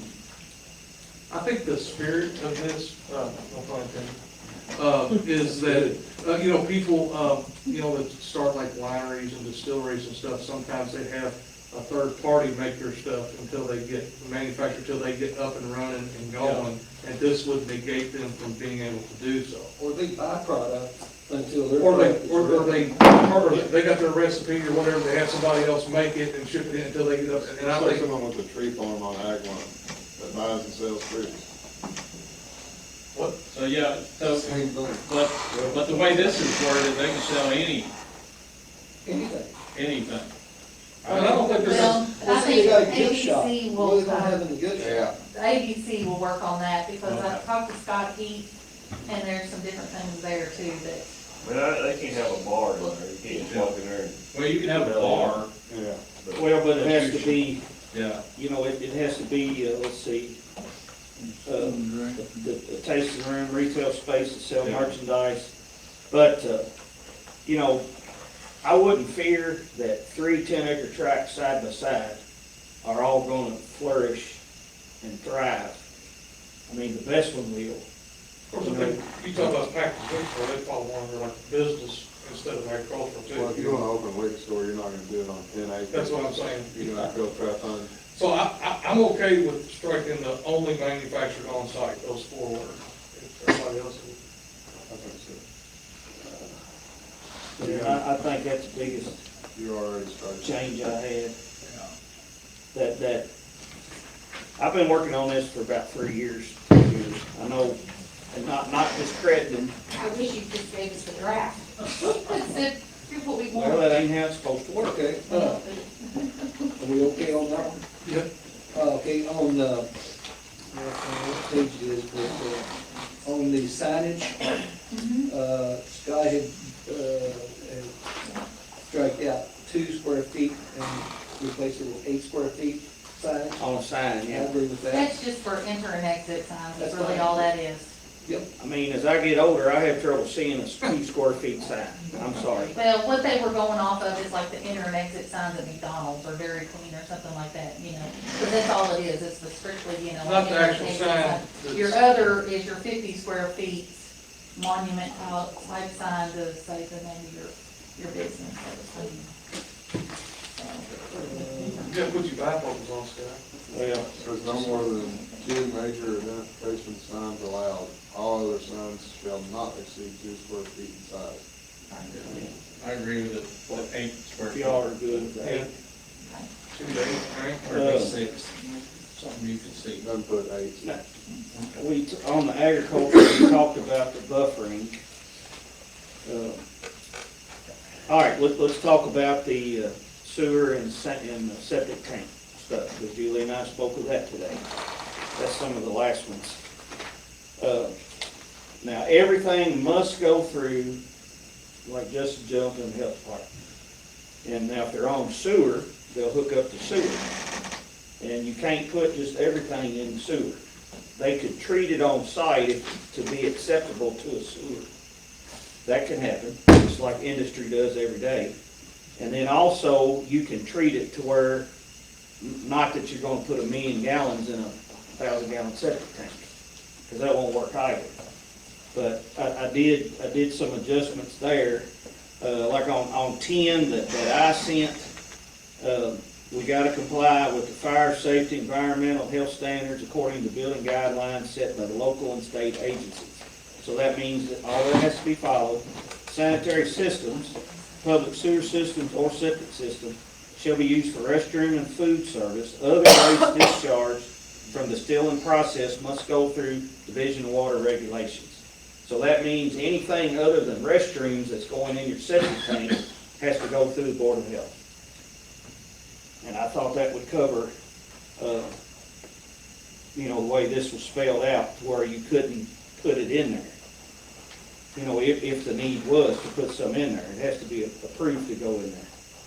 Well, and I explained to Scott that the last sentence of that he took out, that says no distilling waste discharge may go into septic or sewer systems. That was a statement that came straight from Justin Jones. And I got the email with me must go that, through the he Division of sent me Water. that statement. So we just put his statement in there so that we knew we matched what he told us.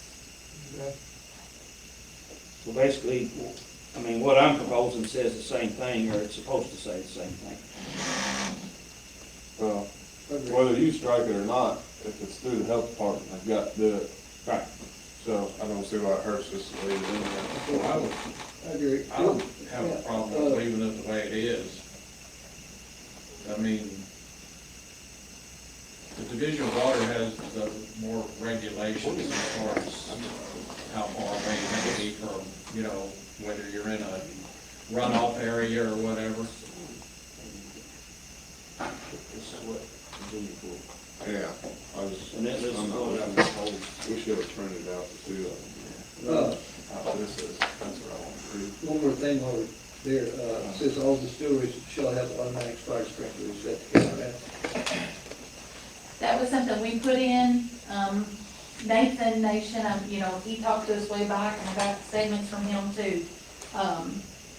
He just had stuff that he recommended because of what our fire department can handle in the classifications or something somehow. Because he talked about the community ISO rating is a protection class 5, and so we talked about the height of the buildings or operations will not have a negative effect on our ISO rating, as long as the buildings have sprinkler systems and are tested and maintained.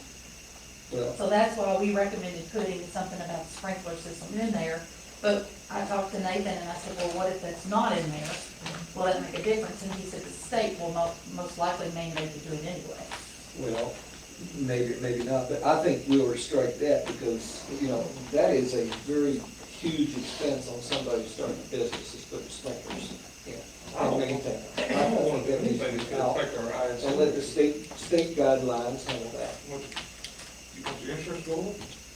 If they don't have a sprinkler system, And I think if somebody's doing investment like this, they're gonna put it in there anyway. the distillery fire is not like a house fire or something. If your ISO rating goes We've up. seen distillery fires in Kentucky, the whole thing's burned to the ground. It's gonna get hot. Yeah, because they're burning alcohol. So I don't see a problem with a sprinkler system. I think anybody who's gonna put in a distillery expects to put in a sprinkler system. I'm sure that's kind of run of the mill, that's kind of like standard operating procedure. I don't know. I can't say one way or the other that it's a state law or not, but I can tell you that you have to have so much gallons of water, and unless you build it on a 6-inch line, you're not gonna have that gallon of water, so you'll have to build you a 40 to 80,000 gallon cistern. You'll have to have diesel pumps, and you're looking at probably 175 on the cheap end, up to $200,000 to $500,000, for a building of this size. I'm just speaking of experience where I was on the fire department out here, and the ISO rating was a big thing. And so we've got a good ISO rating now, which allows us to pay lower premiums on fire insurance and things of that nature. If our ISO rating goes down, it could put the fire department in a position to spend exuberant amount of money to either get equipment to handle this kind of fire without a sprinkler system, which they can't afford to spend, and I think would be putting an undue burden on emergency services fire department. Well, that's another reason in the conversation that it stayed with the 50-foot height. Right, because they don't have an aerial ladder to go in higher than that. Right, and we could, we I don't can make think he said it adjustments. would change that rating, did he? He didn't really give us a clear answer. He didn't say it would or wouldn't, I guess. So, Well, I think they come in every 5 years and do the ratings, so. It says, let's say, regulation of heights of storage buildings. He said that, standard that cannot be over 7 stories in height. He felt there was no problem with that. The county would be okay with it. I asked about ladder trucks. He said they have 77-foot aerial ladder equipment with a 1,500 gallon per minute pump. In his opinion, all buildings should have a dry sprinkler system installed, which is industry standard, and adequate city water supply and fire hydrant protection. And then he spoke about the ISO ratings. Any possible construction or site planning of such property, we would request to be involved in with regards to site layout of fire hydrants and fire protection systems. so yeah, a dry sprinkler system, you don't have to have those pumps. You're using the pumps on the truck. On the fire trucks. Yeah, that's where you see. You just have a pond there. Well, you just hook up to the fixtures on the outside and it charges the sprinkler system. To the fire. You're powering their sprinklers with your truck's fire. It's called a standpipe. Standpipe system, yeah. Not a sprinkler. There's two different things. There's standpipe that's got water pressure on it, which you see them in the ceiling, and you see them on the dry standpipes, which those pipes are dry, because they use those in unheated buildings. It's a standpipe system. And we've got a couple of agricultural subdivisions out here that have got lakes with a pump system in them to where they could hook to that, the water in that lake if needed, So, Jim, what would be, if you want to get rid of, you thought it all, what would be the negative to keep it with sprinklers? The cost of someone coming in and starting a business in this county, they would go somewhere else. If it's state regulation, they have to do it, fine. But I don't think we need to put anything more stringent than what the state would put on it. You're gonna cause a lot of people to look other places to do these things. And I think our intention is to get businesses to come to this county. Not shy them away, but with all the red tape and regulations we've got, and I've got, the federal government is full of them. We don't have to follow that. I agree that it shouldn't be more stringent than the state regulations, so. I think we're not talking about building a ginormous. Well, I know that in industrial buildings, if you have anything that lowers the ceiling height, We're talking about agriculture here, not industrial. well, it's gonna be industrial because it's a distillery. It's gonna be on ag. They're gonna be producing a product, so they're, Well, produce a product. Zone ag. Yeah, I know it's on ag, but they're manufacturing a product which is highly flammable, and I'm just thinking about what the blowback would be. If you did have a catastrophic something happen, could our fire department have, is it gonna impact our fire department? Is it gonna be, I don't know what, we're talking about, we don't wanna do anything that supersedes state regulation. We don't know what state regulation is. I mean, we could just be Well, picking this for no reason. Well, right, we know we can't do the less. I know we just, well, yeah, I mean, but I can agree that we should just do what the state regulation requires, but or at least just change the word to say as the far fire as the suppression system must meet agricultural state doesn't mean regulations. it's not an industrial. Can we just change it to say that the fire suppression system of the facility must, Meet state be requirements. compliant with state requirements for said facility? Yes. Well, I think it, yeah, basically, on line 12, you're not reading what I've got, but on line 12, it says spill and runoff protection shall follow state guidelines. You could just add that spill, runoff, and I'm getting Fire told that it depends on the size and footage. I was just thinking about 12A, where it says, I think that's what Jim's talking about, open Of your storage. houses and your, And storage facilities shall have an automatic fire sprinkler system. I think you just change that, say all distillery and storage facilities shall have fire suppression system installed that's in compliance with state guidelines and regulations. well, I've got the owner must comply with fire safety, environmental, and health standards according to building guidelines set by local and state agencies. There you go. I've already got that in there. Well, That's exactly what we it are the says. local agency, and we're putting sprinkler systems in. Let's go with the state, let the state. Yeah, well, I Well, mean, if you leave his line and just cut out what he's already cut out, that's exactly what we're all saying. okay. You wanna read it, Mike? No. Read it. I like to hear it.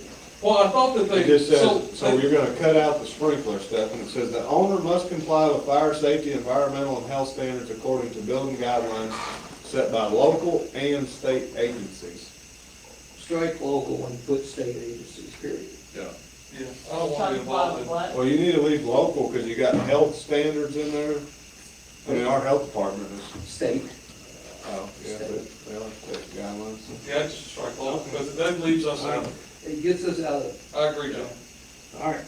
depends on, what I've been told, it depends on the size of the twenty building. thousand square feet or more has to be sprinkled, Depends on the regardless size what of kind what it of is. building it is. That's like after any sprinkler Yeah. system. Try to What read you do. something one more time. We were talking about our pavilion, building it, if it was over 20,000 feet, square feet, we would have a sprinkler.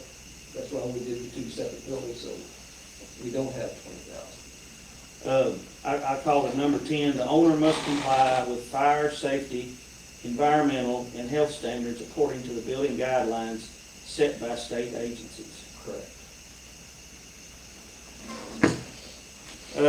One other sticking point we had was the requirement of working on the roads or not. And Julie and I have differing opinions on this, that's okay. We- It's Which number part? 10 In the old, on the old one, yeah. All right, in the old book on page 50, in the presented, first reading, on page 10 of 57, it talks about the applicant must submit a roadway adequacy, and goes on down with KYTC. Basically, I didn't feel that should be included at all, and my logic to that was, you're not talking about building a subdivision. Now, granted, in our current regulations right now, Julie, we have, if you do 3 subdivisions or more, you have to build the road up you have to add 4 feet, basically. That's kind of rule of thumb. Is that right? Well, you gotta watch how that word subdivision is. Well, I agree. Because if you're not creating a new street and you're just dividing off 3 tracts that are agricultural, it's not a subdivision. Okay. So it's the All right. definition, you gotta watch your definition of a subdivision. Well, if you were creating, if I, well, my farm's in the floodplain, I can't do it, but if I wanted to subdivide a tract of land that wasn't in the floodplain, I would build new streets in it. And I'd have to build those new streets according to the new guidelines. But then, if an old street though came into it, I would have to make that old street wider. But I could spread that cost over 100 lots. Right. Whereas you have one business, I don't want to knock a business out of the opportunity of coming to town if they gotta go through all these see if the, road is decent enough. Just the only thing I'm gonna say to that is like, you don't know where these people are gonna put these things. And if they put something up there on Drake's Ridge Road or something, and then the semis start breaking it down, and then all of a sudden that's a new problem for us to have to put up hundreds of thousands of dollars to fix. This is where we can address it. I mean, I'm not saying we gotta get crazy where they gotta build like a subdivision street, but maybe it should meet, engineering requirements set forth by TK4 and Todd Birch on a county road, to withstand, tractor trailer traffic, up to 80,000 pounds. Well, what about, of course, then we already have weight limits on our bridges that have to be followed, so Right. that's covered. And I don't feel that we should be able to do much regulation on state roads. Well, it depends on what road they're on, I guess. Well, but on a state road, I mean, I'm trying to mark off where we need not focus On state roads, you need to follow state guidelines on state roads, so we don't have to focus on those. everywhere. So if we did have something in here that it would, we need a sign off by the county road foreman, that's one thing. I've had a previous road foreman tell me I couldn't do something like that. That's all I'm saying. I think that they ought to be able to, they ought to at least meet with Eric Bean and Todd Birch and say, this is where we're going. And, do you think that we're gonna destroy this road, or do we need to add some more asphalt on top of it? Does it need to be a little bit wider for what we're doing? Well, they're in that layer of potential bureaucracy. I'm just trying to save the county money. Well, we're gonna make money. Here's my philosophy on that. We're gonna make money because when this business comes in, it's gonna generate revenue, it's gonna generate jobs, and we'll have more in the coffers to work on this road. Well, I don't disagree with that, but if we're taking all the coffers that we're making and putting it back into the road, then Then we're not making any money. Yeah, no, we're not. We're just breaking even, and now we got to still. I think, I agree that Let's say you got there needs to be some kind of approval on the road, because, Well, I don't think there needs to be an approval, so but I think that we need to have somebody looking at it. and well, that's what I saying, mean, Yeah. Eric Bean and, or two Well, if we get somebody looking at it, Eric we Bean gotta and have road something on foreman look paper at it and for them say, to look yes, at. this will handle a tractor trailer. Other thing you need to look at is, remember, this is a Ag 1, Right. not giant, and that's still kinda like saying, if I buy a farm and decide on Ag 1, I wanna be a cattle farmer today, but I'm gonna buy and sell cattle every week. I'm gonna run my tractor trailer with my potload of cattle up and down the road 4 times a week. We're not gonna say anything to that guy. Right. I think we're to strike that applicant must submit a roadway analysis identified. Eliminate it.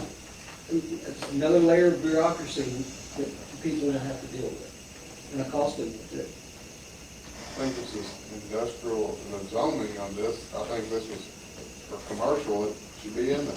Well, this is only agriculture. That's why I said if it was commercial, it should be in there, but then this is Ag 1.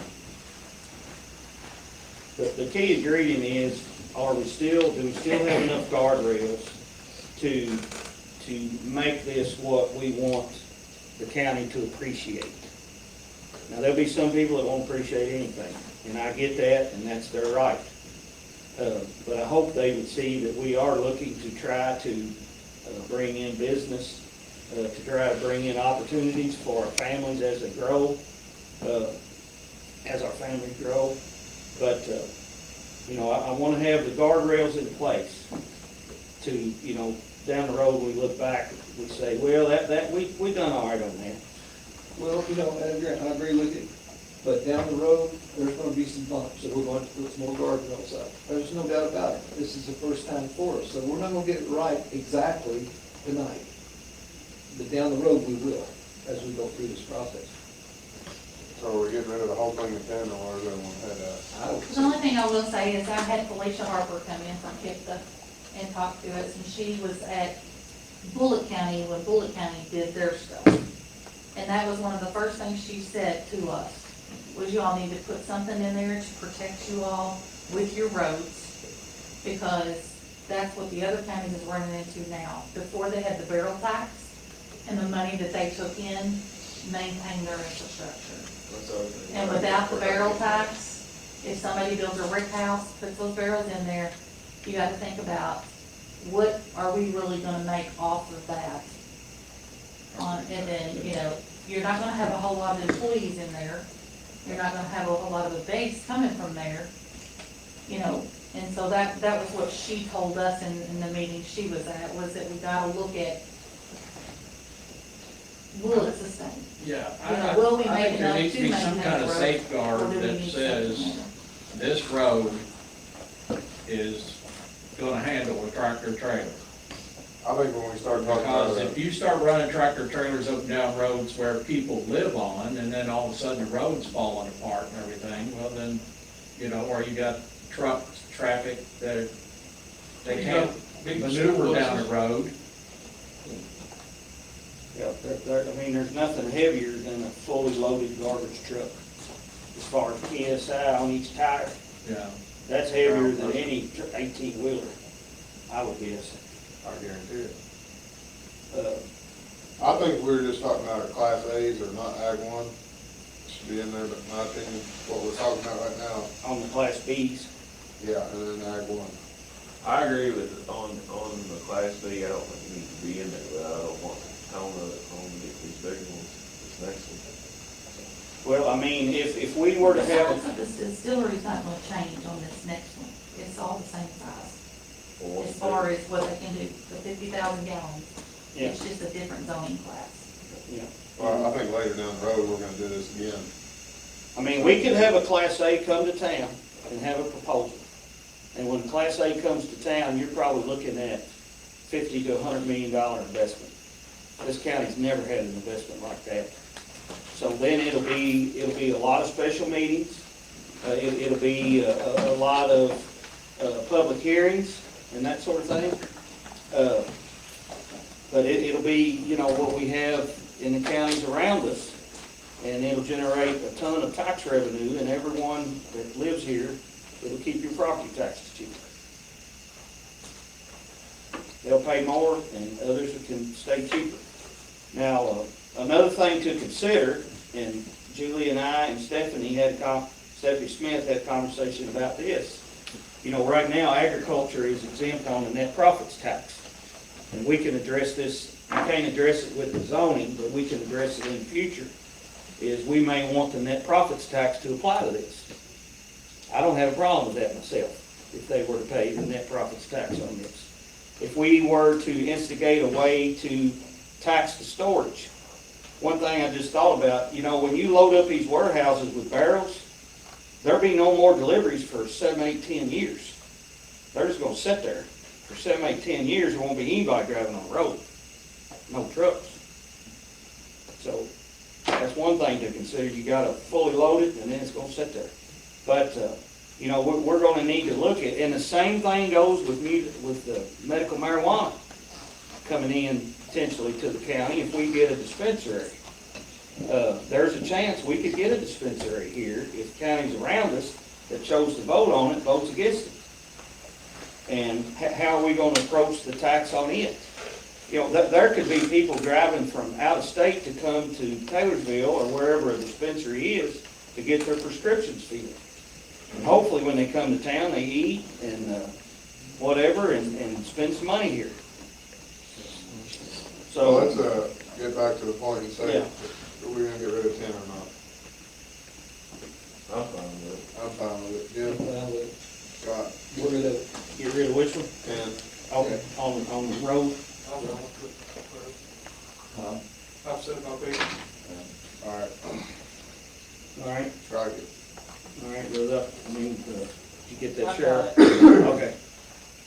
Or keep the drive. I do have questions still about the park, but. Okay, go ahead. Well, I think Scott's intention was just to have the first part of 12 be the entirety of the paragraph. But I thought what we were doing was changing A to say all distillery and storage facility owners shall comply with fire safety, environmental, and health where you at? standings Lost me. set by state 57. agencies. Number 12. I Because think 12 had an A and a B. Well, I think he went back to his number 10, the way he's got it. Yeah, I've got a number, well, So you just want 12 to say what I just said and get rid of the A and B? No, No, we're keeping A and B. no, 12A is gone. Yeah. She'll have automatic fire So you're suppression. keep B, so you're gonna have 12 and A by itself with no B. Well, just, no, I don't have well, on what I did, I You made numbered it it 10. 10. And it That's says, yeah, the Yeah. owner must comply with fire safety, environmental, and health standards according to the building guidelines set by state agencies. Sanitary systems, i.e. public sewer systems or septic tanks, shall be used for restroom and food service. Other waste discharged from distilling processes must go through the Division of Water Regulations. That's he perfect. blended it together and just made it one. So it's one, 112, Two sentences one, under. number 12. There's no A and B. It's just- Yeah, it all runs together. And, is it any other thing, Julie, on so there it's that, gonna say. the big items that we haven't He's addressed? keeping B this as the second sentence. Well, I guess the biggest, Did monkey you in get the rid of room. concealing waste / discharge may go into septic / No, he don't want that in there. Well, yeah, that's out because it has to follow Division of Water Regulations. Got it. That covers that part. Okay. So I guess it goes back, like I said, the biggest thing in the room is whether you want to just put this in there and they're allowed to do it, or do they go to the Board of Adjustments? That way, if they don't follow the guidelines, at least we have a little bit of recourse. I don't think it should be under a conditional use permit. Oh, yeah. I think the Board of Adjustment shouldn't have anything to do with it until, I mean, that's why you guys spent 5 months working on this. Well, you know, if You it's, set a set of The guidelines. planning commission is who was working on Board of I know, that's Adjustments. why I said, that's why you guys spent 5 months working on this, to set up guidelines to follow. Why would we need to run this through the Board of Adjustments? I don't know, probably just take out this much of it. Well, that's how this works. See what I'm saying? There's 2 groups of I mean, people looking at it. the way we look at it, when we got it there, we're doing public hearings, and I will be honest, not the first person showed up at any public hearing we had with a question about this.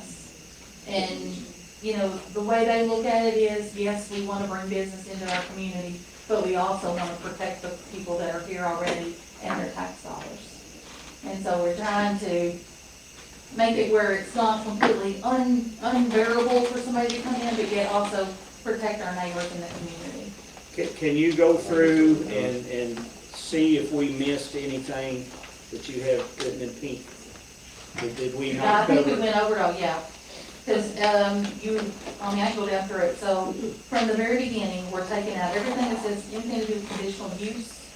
And Yeah, we're just gonna start at to allow craft distilleries, is where you started.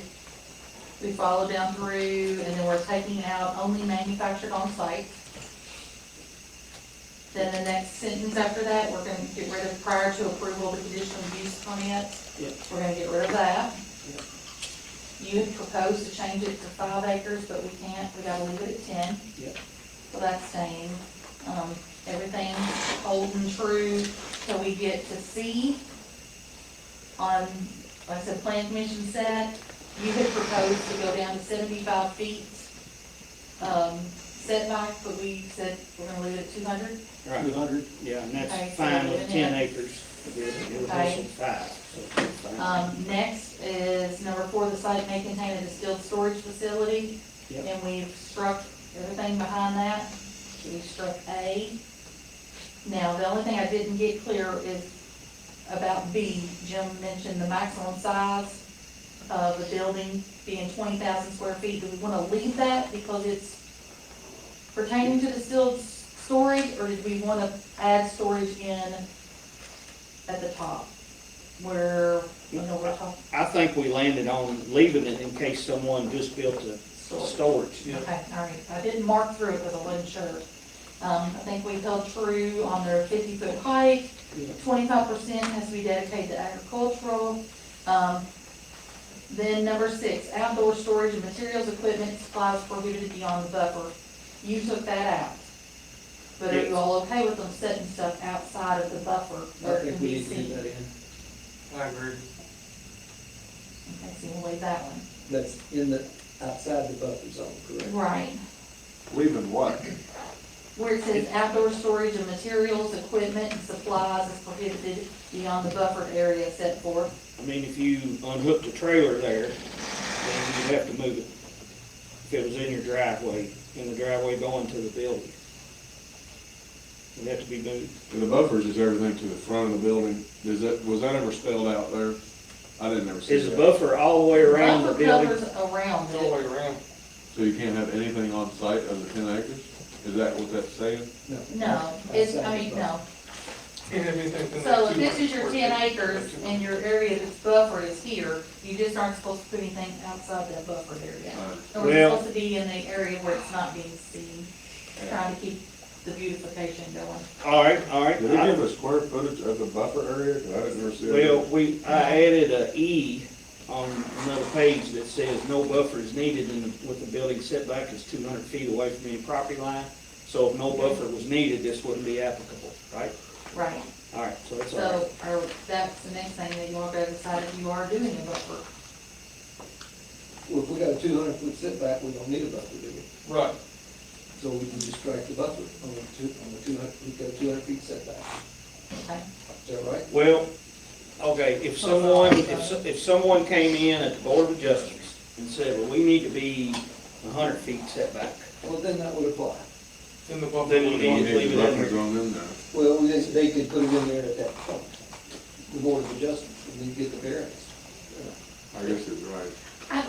Honestly, I think it would be, I think if you, I don't wanna call it a buffer, more of a landscaping, a beautification thing, I am gonna go down that road, I guess, on whatever street side it is, because you want it to look nice, I can agree with that. you know, so maybe something along those lines, that it's Yeah, gonna be buffer the front, requirements not on the the sides, Front side of the building, The street. facing the street. Views. yeah. How many buffers do we have in agriculture right now? I'd say none. No, but we don't have anything of this nature either. This nature? In agriculture? Right. Lots of stuff in agriculture now. But, I mean, no, I'm saying, but you don't got a 20,000 square foot, It's still you there. know, distillery sitting there, you know. Well, so I mean, that's gonna say though, It's all so, this runs into the weeds. It's- But if you it's- build a rick house and you got that on there, then you're gonna have to have a buffer zone of your rick house. yeah, that's cool. Well, I've just never seen it They're anywhere storing else. millions of dollars worth of carbon puts a bunch of. Well, you don't have to have it if it's 200 feet away Yeah. from your property line. I mean, if you, where they put that it should be 10 feet wide, if you don't wanna say 10 foot wide, Make it you know, 6. are you gonna decide? Let's just eliminate the whole thing and handle it when the time comes. It's got all the requirements. But you can't, if it ain't there, I can't handle it. And also, they come in and file a variance, you get a variance, and you do it. On page 57, I added an E at the top that What said, about if we just said, oh, sorry. No, go ahead. What about if we just put street side and make the buffer zone 5 feet? well, we can do a lot of editing here. I mean, I would say you take out the buffering altogether. Me too. The street side of it, you know, they're gonna landscape it, they're gonna make it look good. It's already out, it says if it's with 200 feet, there's no buffer zone required. So all of 70 comes out? Or you think, that's what I'm saying, I gotta know what we're taking out. It'd be all That separate. matters no more. Because it says, on E, the new thing says, no buffer is needed when the building is setback is greater than 200 feet. Well, right, I mean, that's what I'm saying, that's what Scott put in his, but I'm Yeah. going through making sure I'm marking out what y'all are telling me. mean, I was trying to keep a buffer if he was closer than 200 feet. That would kind of hide it, but if it's 200 feet, I mean, that's like here to the school, he 200 feet is 2 bike beds. So if they want to set it closer, then the That board long. of adjustments can say, you gotta plant 10-foot tree. Well, if we leave this in here, At the the beginning. board of adjustments won't, she will. At the beginning of Oh, that's what I'm saying, we're getting rid of If it you already. had 7 Say if and it's added closer. a G that just says this section is not applicable if you have a 200-foot buffer, then you've got all these other requirements if you want them. Or if you just get, I think it's how you gotta do it. Yeah, well, that's how I had it proposed. basically. It says no buffer is needed when the building setback is greater than 200 feet from any property line. So after that, can we just put, if it is less?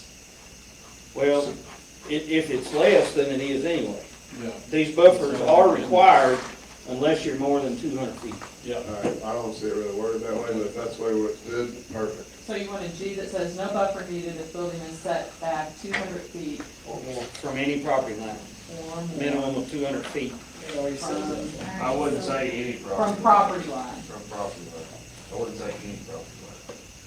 Well, Because I if mean, you're 200 feet in the front, but you're 75 back here, then that's misleading. Well, I was keeping Well, it, they'll have to have a variance You have either to way have if they go 200 less feet than all the way 200. around it. Yeah. And you raise 200 feet all the way around, which is what that says, right? yeah, that way your neighbor is 200 feet away from his I think line. he's telling you you don't need a G because he has an E already Well, proposed. 7, though, Well, that's what I'm saying, I'm trying to figure out we're looking at her version. out of what trying the to make planning his version commission work. sent you. We're going through what we're taking out. So you would just add a G that says no buffer needed if building is set back 200 feet or more from property line. Okay, I agree, That's what the term says. I agree. Yep. Okay. That's why you read that. All right, so we got that part covered. What's next? Okay, so we're gonna move to, 8, I think you had left some of this in here, facility tours, visitor center, food service operations, restaurants, and the sale of products produced on-site, complimentary products given directly to consumers are permitted. Yeah, and then I added language, distilleries must follow ABC and state guidelines on the selling of products. So again, then, that would kind of help on the packaged liquor, Yeah, we didn't talk about that. kind of should. Are you getting rid of the on-site in 8 though? Because that goes back to your issue of the first several years they're here, sell of products produced on-site. You're wanting to allow stuff not produced on-site, correct? Correct. That's right. You should eliminate the We already onsite fixed there, that part. Yeah, I thought we always. so that it's all the same. Well, no. So sell of products and complimentary products, so we're just getting rid of produced on-site. I just say you can get rid of on-site. Okay. Products produced. That distilleries must not sell alcohol directly to consumers on the premises unless they are a separate tasting room or retail outlet that meets the requirements of such establishments. Do we want Scott to leave that? proposed to take that out. Huh? Scott's proposal was to take I that out. agree, I think So we get should. rid of A? We didn't talk about that. We did. No. We- Get rid of A? Let's see. 8A. Where it says distilleries must not sell alcohol Yeah, unless they have a separate tasting room or a retail, that's where I kind or a of put retail outlet. that you gotta follow the ABC guidelines there. Okay. Because that's basically what it's gonna end up being. So it's gonna read distilleries, Must follow ABC and state guidelines on the selling of products, period. I mean, that way you can't sell against the ABC guidelines. Okay, and then you left in B about festivals and similar public gatherings. Yep. You left that. Under signage, we're sticking with the 50 square feet Yep. on the main entrance and no more than 2, but we're gonna go from 2 square feet to 8. Okay? Then we're striking out everything about the roads on 10. Now, yeah, and 11's fine. We're leaving 11, but we're striking out A, that talks about tractor trailers shall not exceed 10 pickups and deliveries. Yep. Okay? Basically, that 11 says that all loading and unloading areas shall be oriented away from public streets whenever feasible. Yes. and then 12 now reads, all distillery and storage owners must comply with fire, safety, environmental, and health standard. According to state. Okay, you started that off different than the way you According started. to, state building Regulations. guidelines According to building and set by guidelines. state agencies. Set by state agencies, yeah. But how did you just, what you said in the beginning wasn't how he's got this. I've got the owner and she had a He little said bit. all distillery and storage owner All distillery and storage owners Okay, must 'cause comply that's a little bit with, different than the way he had it. All I have, Cheryl, is just says the owner must comply. okay? Okay. So, but I I mean, can, that catches everybody, right? sure. So which are we going with? The owner. The owner must comply with All distillery, okay. fire safety, environmental, and health standards. Guys in the crowd, we're about to wrap this up, and then, And then we're According gonna to hit it building again. guidelines We set still let by. them go first. yeah, I'm sorry. Number We should have had a special meeting just for this. According Well, to it's just, to they'll get building easier. guidelines set by state agencies. Yeah, I got that over there on. That was And then- obsolete. Sanitary, sewer, all that. All that area license, which is. Can you give this to Cheryl? And wastewater this is discharge. kinda, Okay. I got it. I got it. So then the next one's all facilities shall be served by public water, we're keeping that. Then spill and runoff protection shall follow state guidelines. Make sure. So we got rid of the earth and dike and containment trenches, You don't have that. okay? what, yeah, they're all by, yes, state guidelines. All right, and then the owner must provide evidence of annual production from alcohol and tobacco tax and trade bureau. Now, there's my next question. So, if they are gonna provide this evidence of their annual production, who are they providing it to, and who's policing it? Whoever is, whatever agency, if applicable, you can write if applicable after that and that'll cover it. If there's an agency that requires that type of reporting, Well, the other communities, the reason that's in there is because they have conditional use permit, and they have to provide that to the Board of Adjustments. okay, then when they provide it to any state agency, it should become a public record probably, and then we could get our hands on it without a problem. Why can't you just put provides physical report? Or planning zone. But that's what I'm saying, who's gonna end up with it, what are they gonna do with it? That's my question. Yeah. I mean, it doesn't really matter if it's not gonna be a conditional use permit, correct?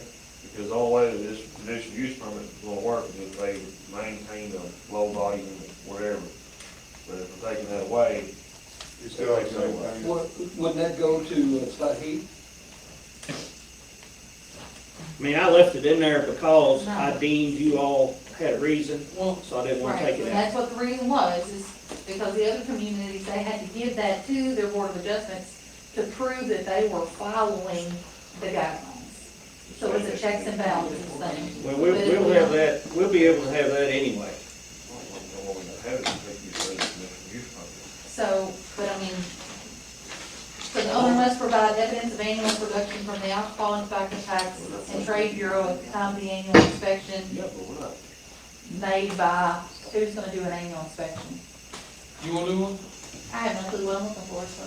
You think anyone from the It Board of probably would Adjustments be did? safe, You know, Because they know they've got a clue either. I mean, that's the. I think the main thing we need to regulate here is just make sure they're not exceeding their amount of gallons that they're doing. So if they wanna give that information to planning and zoning, and Julie or somebody goes out there, you know, or just reviews it, says, okay, they only did 18,000 gallons, they're good, check it off out their bin, that's fine. Well, it's really no different than complaint driven when somebody ain't mowing their grass. Okay. But I'm just saying, how do I finish the sentence? Planning and That's zoning. all I wanna know, is, tobacco tax trade bureau at the time of the annual inspection by, Scott Heath. Just put a period at time of annual inspection. Just Alcohol put a and period. but, Just put a period. okay, we'll figure it out whenever.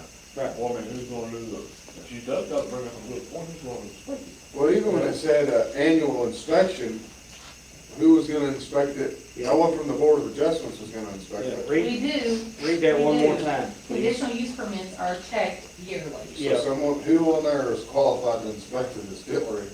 Well, I mean, I get the reports on everything else. Yeah, read that sentence again.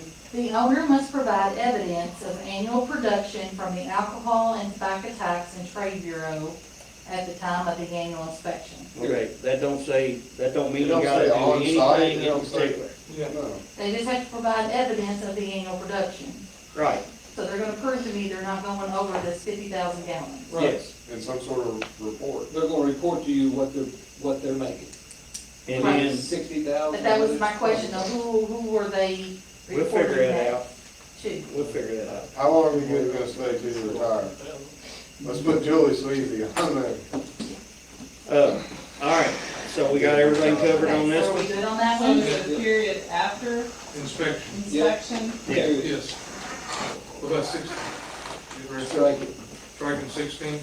Yeah, I assume that would be correct. Okay. Good golly. All right, I'll make a motion that we accept the second reading of ordinance number 2 regarding the agriculture 1 zone language pertaining to craft distilleries With the additional changes. with changes. Second. All right, have a motion and a second, motion by myself, second by Dan. Any other discussion? All right, we'll do a roll call vote, Madam Clerk. Squire Eldridge, Yes. Judge Travis, Yes. Squire Travis. Yes. Squire Cotton, Yes. Squire Stump, Yes. Squire Ferris. Yes. All right, unanimous, that's passed, thank you. I know you guys are gonna talk. You want to hit the soccer people real quick? Yes, Do we need to do the second? yeah, we do. We But, do. okay, right now, I feel sorry for the I am kids. sorry, you guys. Sorry. I am sorry.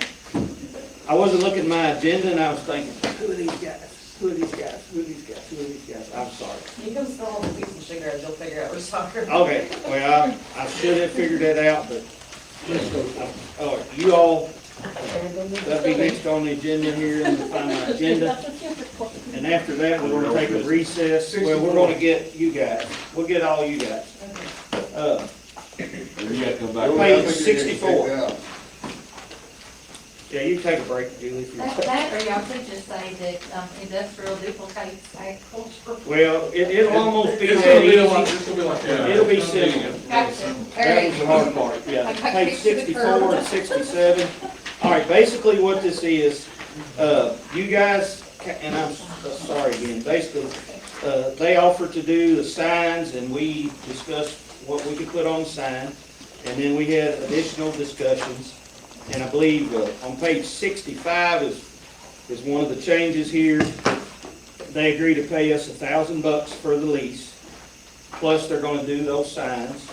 And then we, in turn, will, on page 67, provide a AED for the premises while they are playing soccer. And that is in addition to this lease. I think everything else we have discussed. We've got the first aid cabinets. I think they're already on the premises inside. No, we don't. They're not. How many cabinets are there? We don't have anything. We've got them. I thought maybe they already put up by now. I know they're here because they delivered them to my office. So we'll get it this week. There are a few First aid cabinet. suggested changes to the contract though. Okay, go ahead, Sheriff, Cheryl. legal thing. Yes, under 7, concessions and advertising. During the lease term, the SCSA shall have the right to charge admission and sell concessions during scheduled games and practice events, period. You adding the during schedule. During scheduled games and practice events. Okay. Sorry. Y'all can come up if you like. You can address us. Please address us. So would that also include, I mean, outside of regular games and scheduled practice and stuff like that, but we also have other events that we'd like to hold that part that are soccer related? Like we have a big end of the year party, so when we sell concessions, that's good, because that's not part of the verbiage. It's not part of your agreement, there needs to be something in here that covers having special events and that kind of thing, because basically what that's trying to prevent is saying that during soccer season, there's not a game, there's not a practice, you can't charge admission for residents of the county to come into the park. Right. We don't charge admission for anything. Right, but the way this is written, without that additional language, you could. Right, okay. So we need to add in there special events that are planned, is that what? You just wanna add soccer association sanctioned events or something? That's Yeah. fine. It says here you will have the right to charge admission.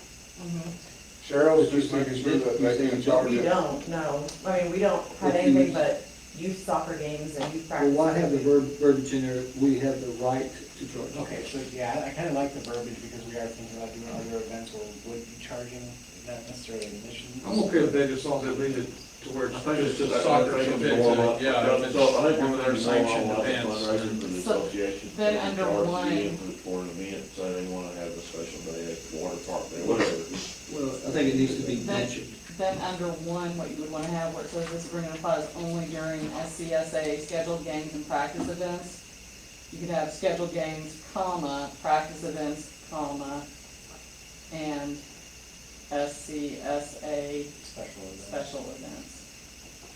But the problem with that is you're gonna probably wanna have some sort of approval process so that every day is not a special event too. I know that's not your intention, but it has to be tight enough So who would we go Brian through, I Spencer. guess, or just Brian let him? Spencer. Okay. Special events approved By the Parks Director. by the Parks Director. Yep. And then, under 7, then you would have during scheduled games, comma, practice events, comma, and approved SCSA special. Which one's that again, Sheriff? Under 7, All right, so that that sentence would read during the lease term, comma, the SCSA shall have the right to charge admission and sell concessions during scheduled games, comma, practice events, comma, and approved SCSA special events. And then under 8, Okay, go ahead, again, read that again, you said, shall have the right to charge admission shall have the during right to charge admission and sell during concessions regular scheduled during games, scheduled and they say games. they don't charge admission for regular scheduled games, so do we need that regular scheduled games? They have the Mhm. right under the agreement to do that, under paragraph 1 of your It's lease. just saying that they have the right to, it's not saying They they don't have have to. to. Okay, they're going to. It gives them the right. Have to, but Since they've already got that right under 1, you wanna make sure that number just like, 7 here. like sometimes they'll, if they have a playoff game or a championship game or something, they might charge admission to it. Posting a tournament. now, one thing we have to consider is what we give you guys, what we give him, all the other sports teams, we gotta be able to do a real similar thing.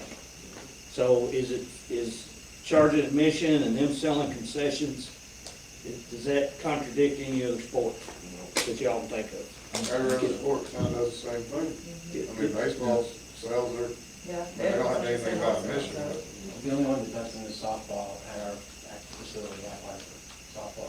They just have those 2 fields, and we have maintained concession stand and bought all supplies and Yeah. done all that. Of course, now this is just 1 year, 1 year lease agreement, and, I mean, we're hoping, but it may be a couple years down the road, as much as we've got going on, before we get Radio 2.0 up and running. It could be next spring, it'll be somewhat running, but, we'll see, but, so right now, the softball is playing when you all are playing, Sometimes, yes. sometimes.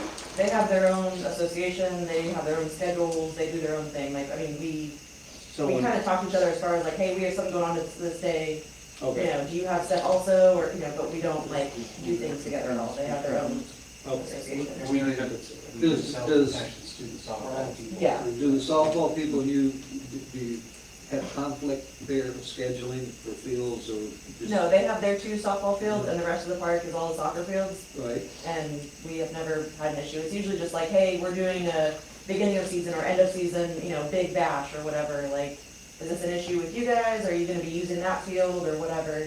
Like, we talked about for our end of season thing, doing like a kids versus adults, like kickball game, just something fun for the kids to do.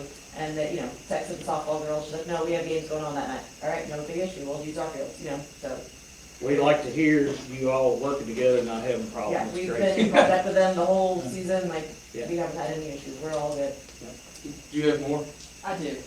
Under 8, indemnification, beginning clause should just say to the fullest extent permitted by law, comma, the SCSA agrees to indemnify. Okay. And then under number 10, the 3rd bullet point where it's got as it constitutes a violation, should just say as it may constitute Yes. a violation. We're not making any determination that Right. these things do in fact constitute a violation.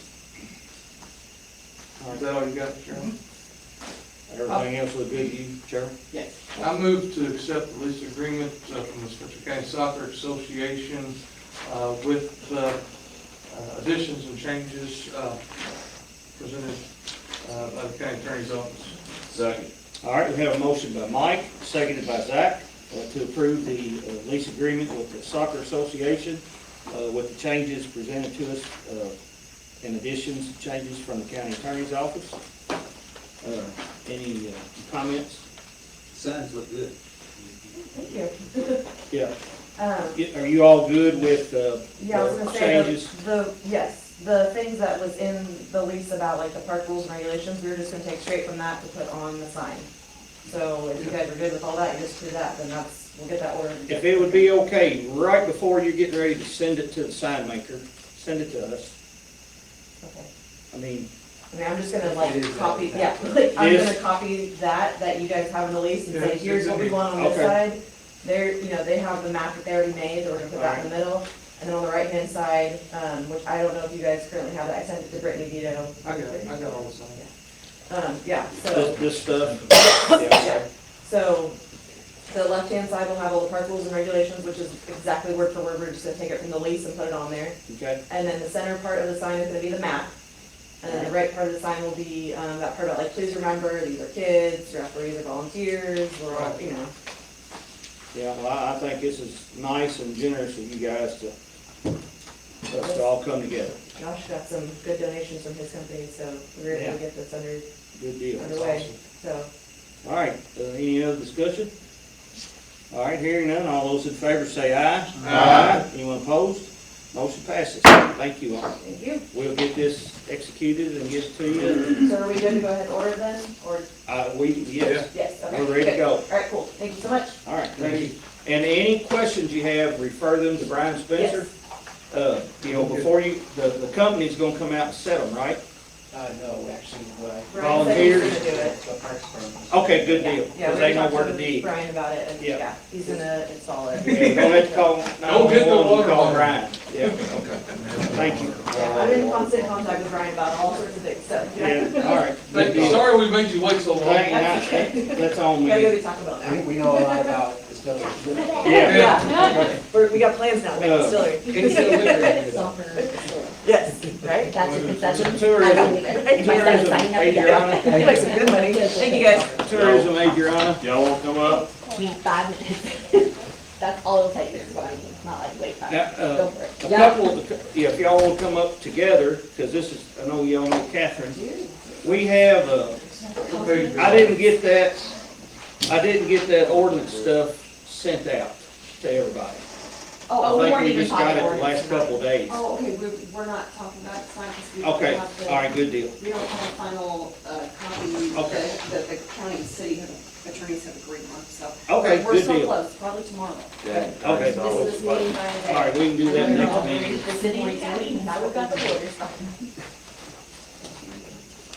And then, the tourism thing is on that, With the stapled go. yeah, one that's stapled. Oh my gosh. You waiting on that? It's got charts on it, so much fun. All right, well, hello, I'm Hello. Catherine Scott, I'm the tourism director. You know, Adriana Marshall, our chair of tourism. We are here just to share good news. That's Thank all. goodness. And it's gonna be brief. I made a fun little handout I wanted to show you. I will not insult your intelligence by reading it all to you, but actually, I gave somebody my copy with my notes on it. May I switch with you? Thank you very much. These are just the ones I want to talk about. So I can remember not to read the whole thing to you. I'd like to first draw your attention to the very happy direction of the blue graph at the top. On the side that has all of my contact info on it. That's the front side. That is the direction we have gone with collection of the transient room tax. And we are delighted to share this with you, and we thank you for your help in collecting it, especially Mr. Williams. Thank you. Good job. Yeah, and I really wish that I could claim credit for this, but this was gotten going by Adriana. She started the first wave of collection letters, and from there we've just kind of taken it and run with it, trying to make sure that the short-term rental owners really know that we're here now as a support to them, that they're going to get something for their money, but also to explain the importance of that compliance to them on the future of the county and the city. And it looks like it's working. So what I especially want to impress on you after that is that with the gift that you guys have been making to us that will culminate in December, right? We really have been earnestly working to make tourism self-sufficient. And so what you have given to us is allowing us to make some long-term investments in that self-sustainability. So we are on our way. We have just, as the commission has voted, to use some AI software, which to me sounds a little bit scary, but incredibly useful because the man hours it takes to identify, contact, and follow up with short-term rental owners who are not in compliance is astronomical. It's really more than a volunteer commission and one employee can do in probably several lifetimes, right?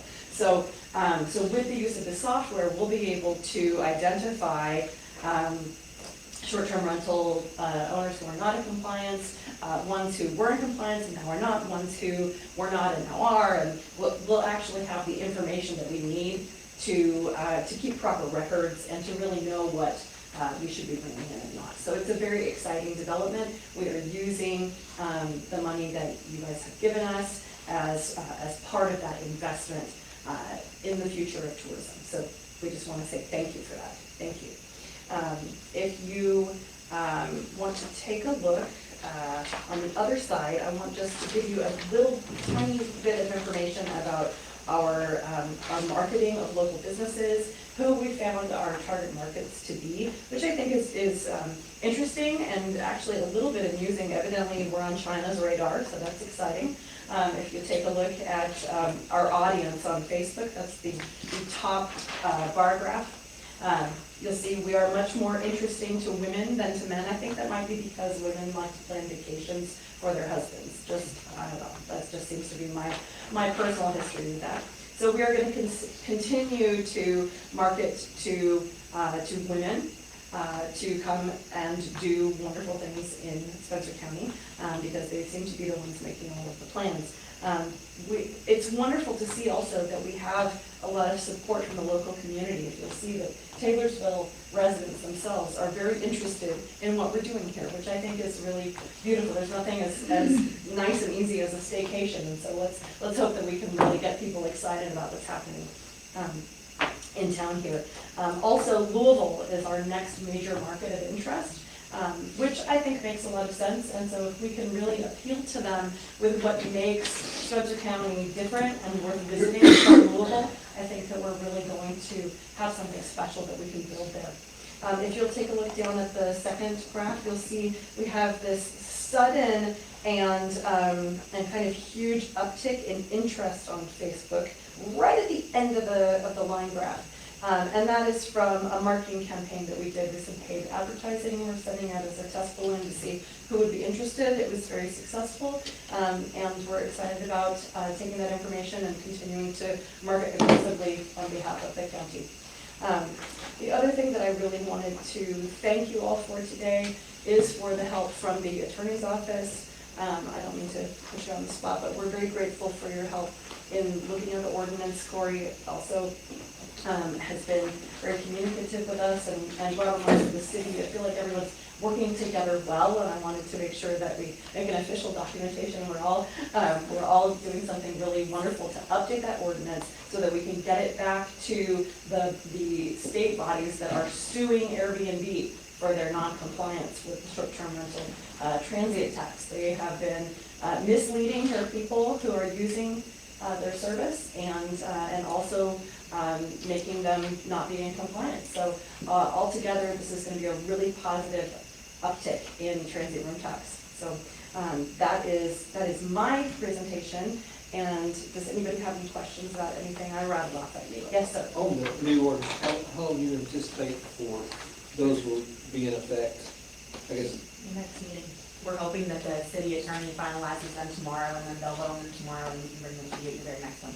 We were hoping to have them today, but the city attorney is out of town today, so he's gonna finish it tomorrow. I didn't hear the first part of your question. It was about the ordinance. It's something. yeah, but the ordinance needs to be It's updated got- to match state laws. You just said that. You know, the city attorney that. So how long do you anticipate before the ordinance is updated to match the state laws? Oh, yes, so tomorrow, Tomorrow, because Mr. Miles is just putting the last button on it based on something that Corey had responded to him. Yeah, so we are wrapping that process. That it took a little while for us to get it off the ground, and then it's just boom, done. So yes, tomorrow we expect that. Any other questions? I have a question. All right, this, July, August, these numbers in 2024, do they reflect past overdue or past Yes. paid. Yes. They're not necessarily current rentals. Right, so there Okay. is, I mean, I think that's why it's been such a large jump, right? Is Yes. because so many people are getting back into compliance after maybe never having been, right? Like June, we got $534, well, last May we got 717, and then last June we got 939. This June, right, we got 4,600. Some of So, them sell, and then I think when they sell, they don't always know that they're supposed to be doing that report, and they have to catch up. catch up. Well, and there's a couple different variables there, so like the first letter that I did went out in June, so July did have a stronger I got you. presence, but then also, it took a little while for Doug and I to have a system in place, to where now he's doing it monthly, we've got it more scheduled as opposed to. So far this month, we've collected through Friday, we've collected 8,300. Really? I'm looking back at these numbers, let's say y'all working. All the last 3 months here on this paper is 4,600, 6,800, 7,500. Before that, the largest one ever was 4,500. Right. Most of them are in the teens. So, but we can't expect 7,000, 8,000 a month. No. But no. we should expect not having these low ones. Yes, and Okay. for our budget going forward, we have also, the commission has adopted now an annual budget for sure. It's set, we're ready to roll. Okay. So that we can offer that kind of transparency now. So. Go ahead.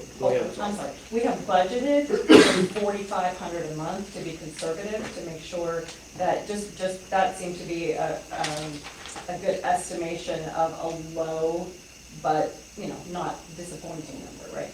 So, I believe that would be a very safe bet to bring in each month now. If you can do 45 a month, that is a very large number when you look at, the year 2023. Yes. Especially when June to December of 22, you only had 1,300. And then January to April of 23, you only had 1,100. Yes, but I have to say, that was all coming in without any kind of real system To gather it up. track it. Yeah. System of them Okay. saying, Yeah. we know this. Yeah, that was just a few super honest folks who I'd love to send a medal to. And your Facebook visits, Yes. I'm looking at, if y'all look at in July, I wonder if a lot of people were looking at our bicentennial celebration. July, we had a good uptick here. And then the last of September, maybe people were checking out Oktoberfest I'm things. certain they were, yes. With So- the addition, we ran an ad for that also. Yeah. Same thing for the progressive dinner to try and get. Which would be in right in here. Right. So, I mean, you can see on these upticks, when things are happening in our community, the interest is way up. Mhm. So, Absolutely, and it's not, it's not enormous numbers, but this is not an enormous place, right? And so if we keep building on this and we keep supporting new businesses coming into town, giving them the tools they need, then I feel like we're gonna be on a very good path. Absolutely. Did you had a question, Doug, a minute ago? Well, I just want to tell you about the 8,300, is what we had so That's far. clever. Thank you very much. We do know I know in that there's been at least one or two groups that playing catch up. Oh, for sure. That's why it got up that high, because let's face it, the winter months, there's not gonna be as busy as Right. people come out to go to the lake or the golf course and the different things going on. Fall is about Summer when months, it there's somebody ends, looking for a room to stay in. the state park stays pretty full through about October, and then after that is kind of when it drops off. And that is another thing too, we used not to collect anything from the state park campground. Now they're a big spender for us. They're usually 800 to 1,000 a month, probably here in the summertime anyway, comes in from that. Yeah, they're top client. we need to double that. We need to have more things for folks to come to the community. I concur. So, in addition to all of that happy news, we also have some new commissioners that we would like to ask you to approve. I'm gonna turn it over to Andrew. So I don't know if Brittany was able to get that roster to you. We got it? Perfect. So that will fill us completely. We will have 7 commissioners for my first time in now 3 years. This is my 3rd October. So Robert Mason Dixon runs fishing tournaments out of Taylorsville Lake. He lives right by Shawnee Lane. I work with him on the chamber. He is very positive, energetic, very go lake kind of stuff. So he came to our meeting last week and is very excited about the opportunity to help assist us in promoting Taylorsville. So we would love to have him join us, as well as the park manager, Mr. Purvis, would like to join as well. And then Cody Cobb is an owner of an Airbnb at Edgewater and is also on their board. And she, of course, has interest in tourism doing well. And so she would like to join as well. And those 3 being approved would put us at 7 commissioners, fully done. We would be in compliance in all ways, shapes, and forms. We just need your all okay. Motion to approve. Second. All right, we have a motion by Zach, seconded by Mike, to approve the 3 appointments.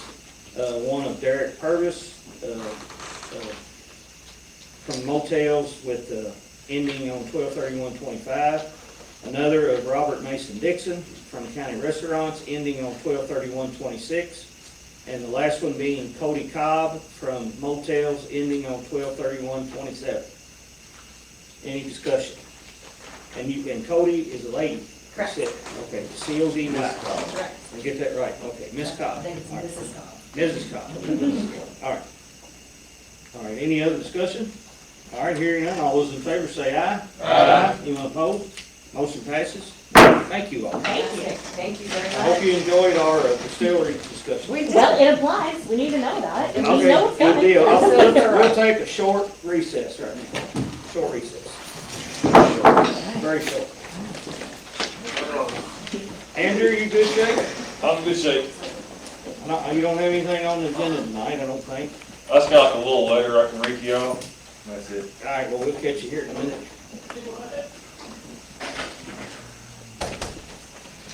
Sorry, my frigidaire was empty. I didn't have anything to bring you guys. Yeah, I'm parched. This is left over from lunch. You can probably rob Julie's refrigerator.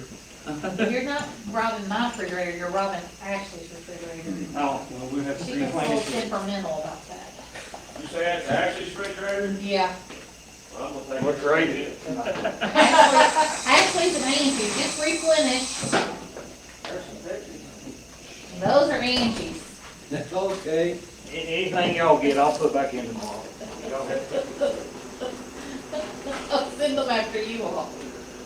I don't have anything in my refrigerator, by the way. Tell Ashley I appreciate it. We ran out of room, we didn't have enough room for lunch boxes in there, so I brought a refrigerator home. Julie, would that be correct in kind of assuming that, I read through this earlier, but we've talked so much since then. Ordinance 3, there's a lot of redundancies from ordinance 2, right? Well, what is the main difference, like, between the two? An acreage thing? Not a whole lot, just from agricultural to industrial. Yeah, you could do less acres on industrial.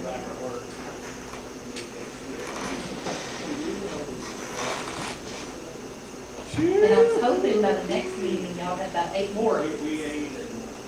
But I didn't have a quorum for the first time in a long time, last Thursday. Harvest time. So, Right. Well, I'd like to have them before it sends out the physical court packet, so I can at least be somewhat prepared. I mean, I usually get the packet on Friday and I read through it, I'll keep it to you. They haven't voted on it yet. but if you kick them to us earlier in the week, at least we can read those before we get the packet, at least have. Yeah, I actually thought it was video.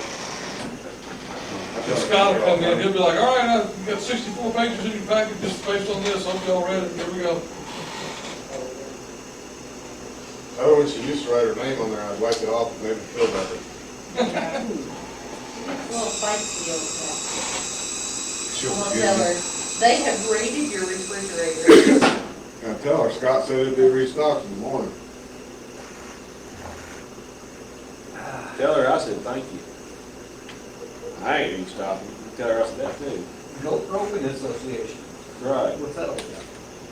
I went to Texas on her honeymoon, I was looking for something to bring back my son, and I found a hat, GoPro in training. And for my 1 year anniversary, that's what my boy gave me for the anniversary, GoPro Association, and like his hat. We have got a hat with the sign.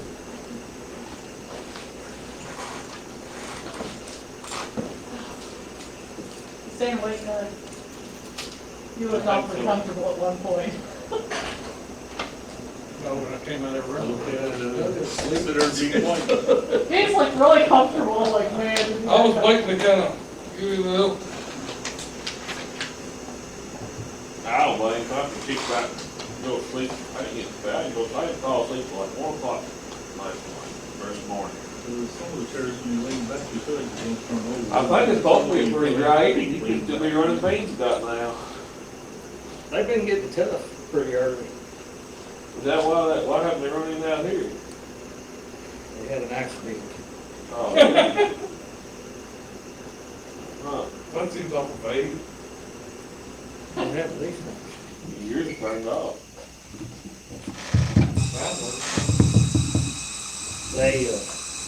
Accidents happen. The combine versus tractor. Who won? Both losers. And all the combine backed into the tractor. Bit So the what you're reel telling me is up. the person that sells the equipment one? Well, it's an insurance deal, not an insurance deal, but it'll have to be paid by insurance, because the hood on one tractor new is $17,000, Dang. but it can be fixed. That's people with money. The grill is $1,600, it can't be fixed. And then the combine, green It's not gonna combine, bump out, is what you're telling me? no, chopper is almost dragging the ground, hope it didn't bend the frame, Is the two, what, your 280, is that the one it was? 255. Is your big nice guy then? No, it's my nicer tractor, and somebody else's combine, The green combine. the green combine. Like the other person? It happens. It's like if you're in a skid loader and you back up, and somebody. Just like the other day, when my good local employee skid steered to the side of my Dodge truck while I was running, it happens. Stuff happens. It I happens. mean, that's all you can say. I've never heard of that. Yeah, it happens. All right, we'll go ahead and get back started. Let's see. Go ahead, Julie. No, we don't keep you here all night. Too late. Just plan breakfast. Okay, so we'll do this officially. So we are doing second reading of ordinance number 3, fiscal year 2024-2025 series. It is an ordinance amending Article 7, Section 723C of the Code of Cook County Zoning Regulations, amending conditional uses allowed in I-1 industrial zone pertaining to craft distillery Class B only. Commissioner Wheatley made a motion to incorporate the changes that were made in the discussion for agricultural into the industrial section, with the other changes made for the craft distillery Class B section. Commissioner Faust seconded that motion carried.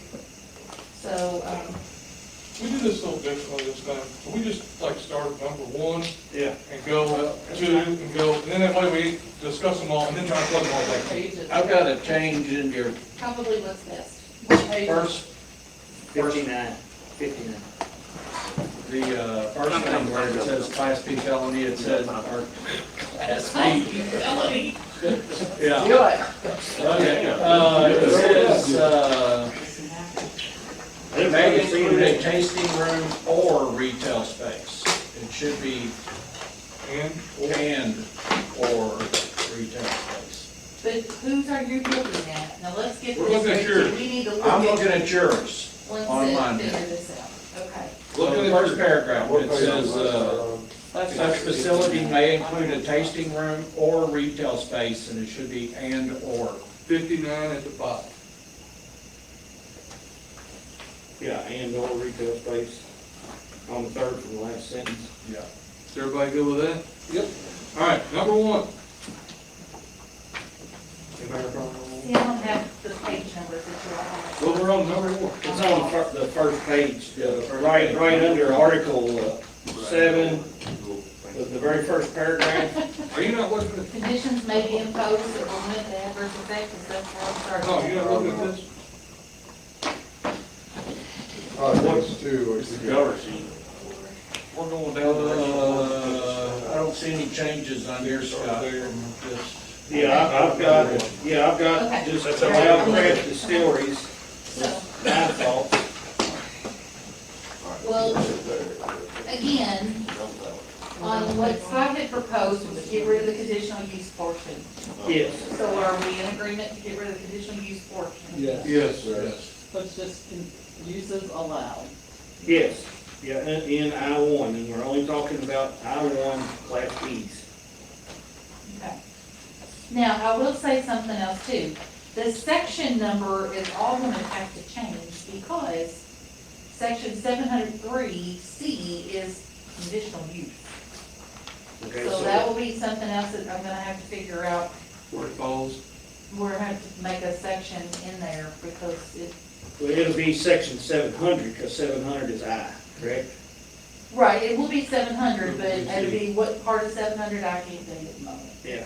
Because we're rearranging. That's on you then. Okay, now, still saying, right under the first portion of conditional use, we're gonna take that out. We go past the 50,000 gallons, blah, blah, blah, blah, only manufactured on site, we getting rid of that again? Yes. I think so. Okay, and then towards the end of that, the prior to, because that's about conditional use, and we're on number 1. The way I have it written, it says, allow craft distilleries supporting permitted eating and drinking establishments, event facilities, or similar uses. This facility would produce distilled spirits of 50,000 gallons or less per calendar year on site. Such facility may include a tasting room or retail space to sell merchandise and alcoholic products. These distilleries may be referred to as micro, artisan, or boutique distilleries. I think it's artist. Is that right, artisan? Artisan. I said artisan, my That's bad. okay. Artisan. Because it's being treated. We'll let you have It's that. spring. Yeah, we just changed that to and/or, Yeah, we just changed the handle so on it. it's not one or the other, it's both. But it strikes the first sentence, the second sentence, the third sentence. Let's see, Are you just starting at this facility? Hold on, so you're saying, it just, no, it the starts, facility- allow craft distilleries. Yeah, Because the first part is actually rules if it were conditional use, you know, about affecting the adverse effects, that kind of stuff. okay. And then he struck out the intent of this conditional use is, and then you put allow craft distilleries supporting, that's kind of where it started. So, Strike 1, 2, 4 sentences and 4 words. so how about the purpose is to allow? The purpose of this section or Yes. this article is to allow? Or just allow. Allow craft distilleries, just right there where it starts, allow craft distilleries.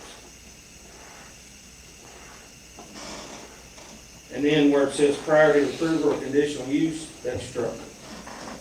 All right, but I'm gonna step back, so I wanna make sure I understood what you all were saying. Where it says such facility may include a tasting room or retail, you wanna say and/or. And/or, yeah. Can we backtrack on that, Cheryl, and do and/or on the other one? Do you want it to say the same way on the Probably, because agricultural if the one? word's the same on the other one, it probably needs to be I'm gonna and/or. say probably this, It's but I or. wanna make sure as we're doing this, we're getting it right, so. And, Of course, another key word there is may. It doesn't mean it's gotta. Right, may include tasting room Yeah. or, so I'm gonna change that to and/or, and I don't think that'll hurt the meat and potatoes of what you all did. Yeah. But we'll fix it, okay. You're Alright, probably right so- enough if you I want to think sit in one's that. good. I hate to see it there all night. yeah, This will be quick. components for approval for that. You said that we haven't made it to one yet. Okay, Scott, where you got prior to the approval of the conditional use permit here under comma, the Board of Adjustment, we're getting rid of all that. yes, On the next page, yes. everything. The very will be last in one. sentence. What do you want to turn on that? So we're not gonna have requirements for approval set out in KRS 100. I think No. that I think last 100, sentence, 237 is a conditional use. Gotcha. Yeah. Okay, we're good. All that whole paragraph on the top of page 60 has to do with Board of Adjustments. Okay. So number one, A and B, I think we're good, right? Pretty much, let's see. Then we go down to two, that's when we gotta change it for it, to take away that, or we're gonna let them be, are we gonna make these two be together? Or we're gonna let them have be bottled and stored same place? All right, now I got where it says, shall be located within a fully enclosed building. That needs to say, shall be located within enclosed buildings. I know that sounds like the same thing. That's number one, the last sentence of number one. Yeah. Instead of making all that be under One roof. a fully enclosed building, it needs to be under, or within enclosed buildings. It needs to be under roof So instead just of within fully enclosed buildings. buildings. Yeah. You can get rid of the little A. Yeah. So we're gonna leave fully enclosed buildings. We're We're gonna put an S on buildings. Within, leaving out fully, right? No. yes, We're gonna yes, keep- located within enclosed buildings. We're leaving fully out. Yes. Okay, Leaving so that. it can Well, we're be like fully- a lean-to, That's not or included. it's not It's not an enclosed. enclosed building. Enclosed is walls all around. So you want it to say shall be located within enclosed buildings? Yes, Yes. Gotcha. Okay, did you all want that in the other one as well? yep. We did. Okay. All right, I did. That was the intent. Yeah, If everybody's good with it. yeah. And is it building or buildings there? Plural. Buildings. Got it. And then A, the footprint, 20,000, and it says the docks, let's see. And then the 75 feet side to rear yard property lines, that's fine. And again, this being on industrial, right next door could be a packing house if it's in an industrial area. Right. All right, Okay, you number go ahead, two. Julie. So number two, the site may contain a distilled storage facility. Are we getting ready to immediately, joining the distillery and consolidated with? Is that what we did on the other one? Yeah. Same wording as the other one, yeah. Okay, so follow the same thing. Storage structure shall be limited to storage distilled spirits process, we're gonna get rid of all that, Yeah. okay? And we're still keeping that at the 20,000 square feet footprint. Number three, the storage structure shall not exceed 50 in height and be set back 75 feet from side yard, rear yard property lines. Now, the reason that is 75 feet, I want to explain, is because everything else in industrial is that. So we kept it at what everybody else can have for a processing plant, whatever, packaging. Right. Yeah, That's where the 75 feet ended up at, I think. That's kind of the magic fire safety number. And that, which is a good thing. Corey Osborne, that's on the planning commission, was a fire inspector, so, that's good to have somebody on there with that knowledge. Yeah. Let's see, number four, where it says outdoor storage of materials, equipment, supplies prohibited to be on the buffer. Do we wanna do that the same? Yeah, we took it out. Well, we left it in the other, but we added in the statement of that it was 200 feet. I think you want to leave it in this one. So- I think you want to leave it. Otherwise, they'll fill up your fire safety area with junk. Yeah. But we don't even have a 75 feet. buffer. The 75 feet is, between the building and the property line, so it's between the building and the buffer, right? There's no buffer. Right. Well, But I mean, we have buffer requirements that are different on industrial anyway. If they're adjoining a residential district or agricultural Yeah. district, they have to add buffering anyhow. Yeah. But this here changes it to state that it's gotta be that 10 foot with a mix of trees and shrubs, or anything else has to be row staggered. well, I I think if we leave recommend the that all buffers that on was, here, we need to change the buffer requirements. I mean, my suggestion was to take the buffer completely out of industrial. So what it will do then, it will revert back and follow what everybody else has to. There'll still be a buffer requirement. Yes, yes. That's But it fine. will be what anybody else does in NI has, in yes. industrial. That's Yeah. fine. Yep. I'm good with Okay, so are we taking out 4, and below, 4 and 5? Yeah. And I feel like it. Yep. Okay. All right, 6, the facility tours, visitor center, food service, restaurant, blah, blah, blah, products produced on site and complimentary. Before we took out, produced on site. Just take it on site. Yeah. Yeah. Produce and Okay. And sell products, period. Sell products produced and complimentary products given directly to consumers Permitted. are permitted, so we're gonna leave that part. So get rid of on-site. Yeah. Okay, And then the festival's language is all the same. okay. Next is, The taste and room. D. Yeah, B is good, but A, I think. yeah, is we're on, I gotta pick A incorporated. first. A, please. What about A? Let's see. So A, you got distilleries and does not sell alcohol directly to consumers on the premises unless they have a separate tasting room or retail outlet that meets requirements But for such establishments. Didn't we add ABC verbiage We in had, that on the first one? distillery must follow ABC and state guidelines on the selling of Yeah. products. I think that's what we did. And I have local ABC rules and regulations shall apply. Is the language that I was gonna add. I think Cheryl's got it. So on A, just do local ABC rules and regulations apply? How about ABC and state guidelines? Yeah. On the selling of the products. And that's gonna be your A. Still must not sell Robert Redford. Okay. Say that back to me so I know I got the same thing. Requirements. Distilleries, sorry, Uh-huh. must follow ABC and state guidelines on the selling of products, period. Yeah.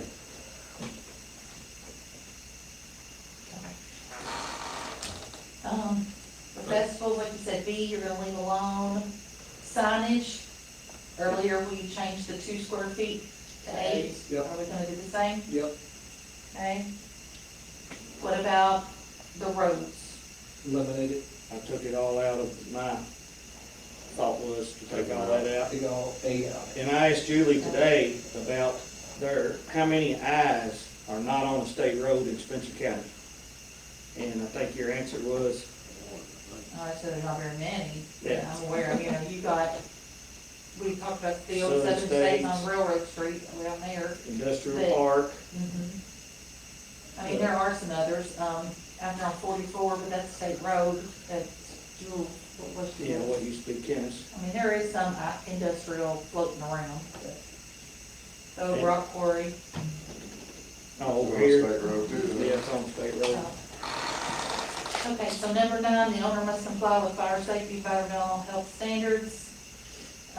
That's where we went into the sprinkler stuff and all that, so we're gonna make that match the last one. I basically got the same language. The owner must comply with fire safety, environmental and health standards, meet state and local guidelines for construction, conversions of existing buildings. Sanitary systems, public sewer systems, or septic systems shall be used for restrooms and food service. Other ways discharged from the distilling process must go through the division of water requirements. So you said for conversion, Well, Yeah, I changed that a little, like if you was, for conversion of what? of an existing Of building. existing buildings.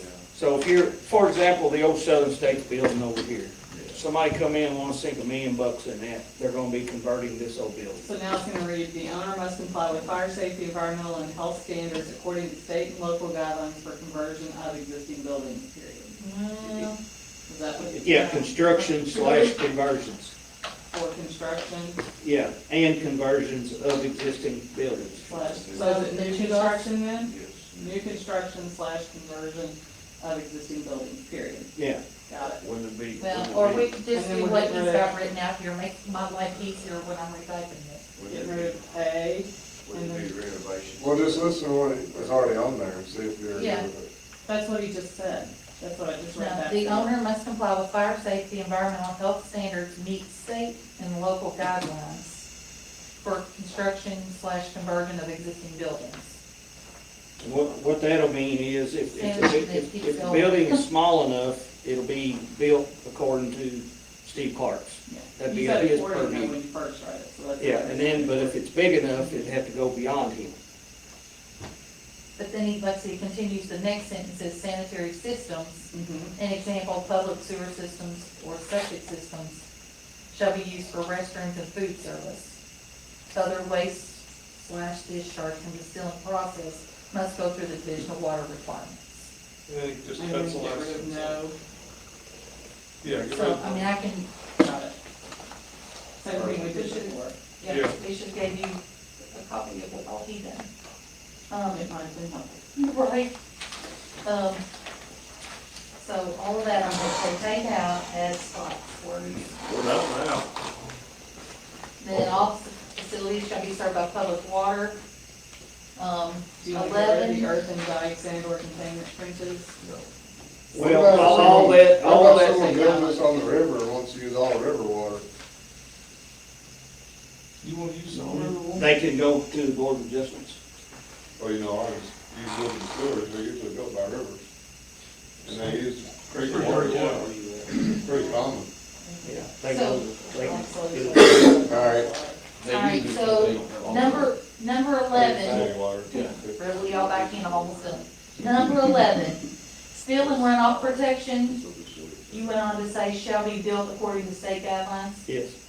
So are we doing that word, Water out of the Nile verbiage? River, Mike. What? And who uses water out of the Nile River? Okay, I think We're off track. they're working on it, Jerry. that's what I said, we chased a lot of rabbits in the zoning meetings too. Okay. All right, so like I said, on 11, spill and runoff protection shall be built according to state guidelines, we'll add that. And before you all had on the other one, this is just wordsmithing, follow state guidelines. Do you want it to say according or follow? What's the legal difference? There's not, but you all want them the same or not? I'm gonna say, Follow saying, So according to state So guidelines. let's, yeah, we'll use, You're all gonna have to revote on the first one to accept the changes that we discussed here too. Okay. and then, let's see, here we are again, back to the owner must provide evidence of the annual production of the alcohol, tobacco tax and trade bureau at the time of the annual inspection period, right? Yeah. right, Same as the last one.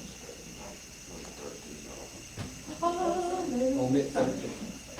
Yeah, get rid of 13. and get rid of 13. Okay. All right, Motion to approve ordinance number 2 and 3, and just do it like this. It's number 3, right? We gotta vote on each Well, one do separate. each one Yeah, separate. But that, Go ahead. all right, is there a Ordinance second? number, motion to approve the ordinance number 3, the sewer regulations, but I can't talk, In I-1. and I-1, With the corrected changes. with the correct changes. Second.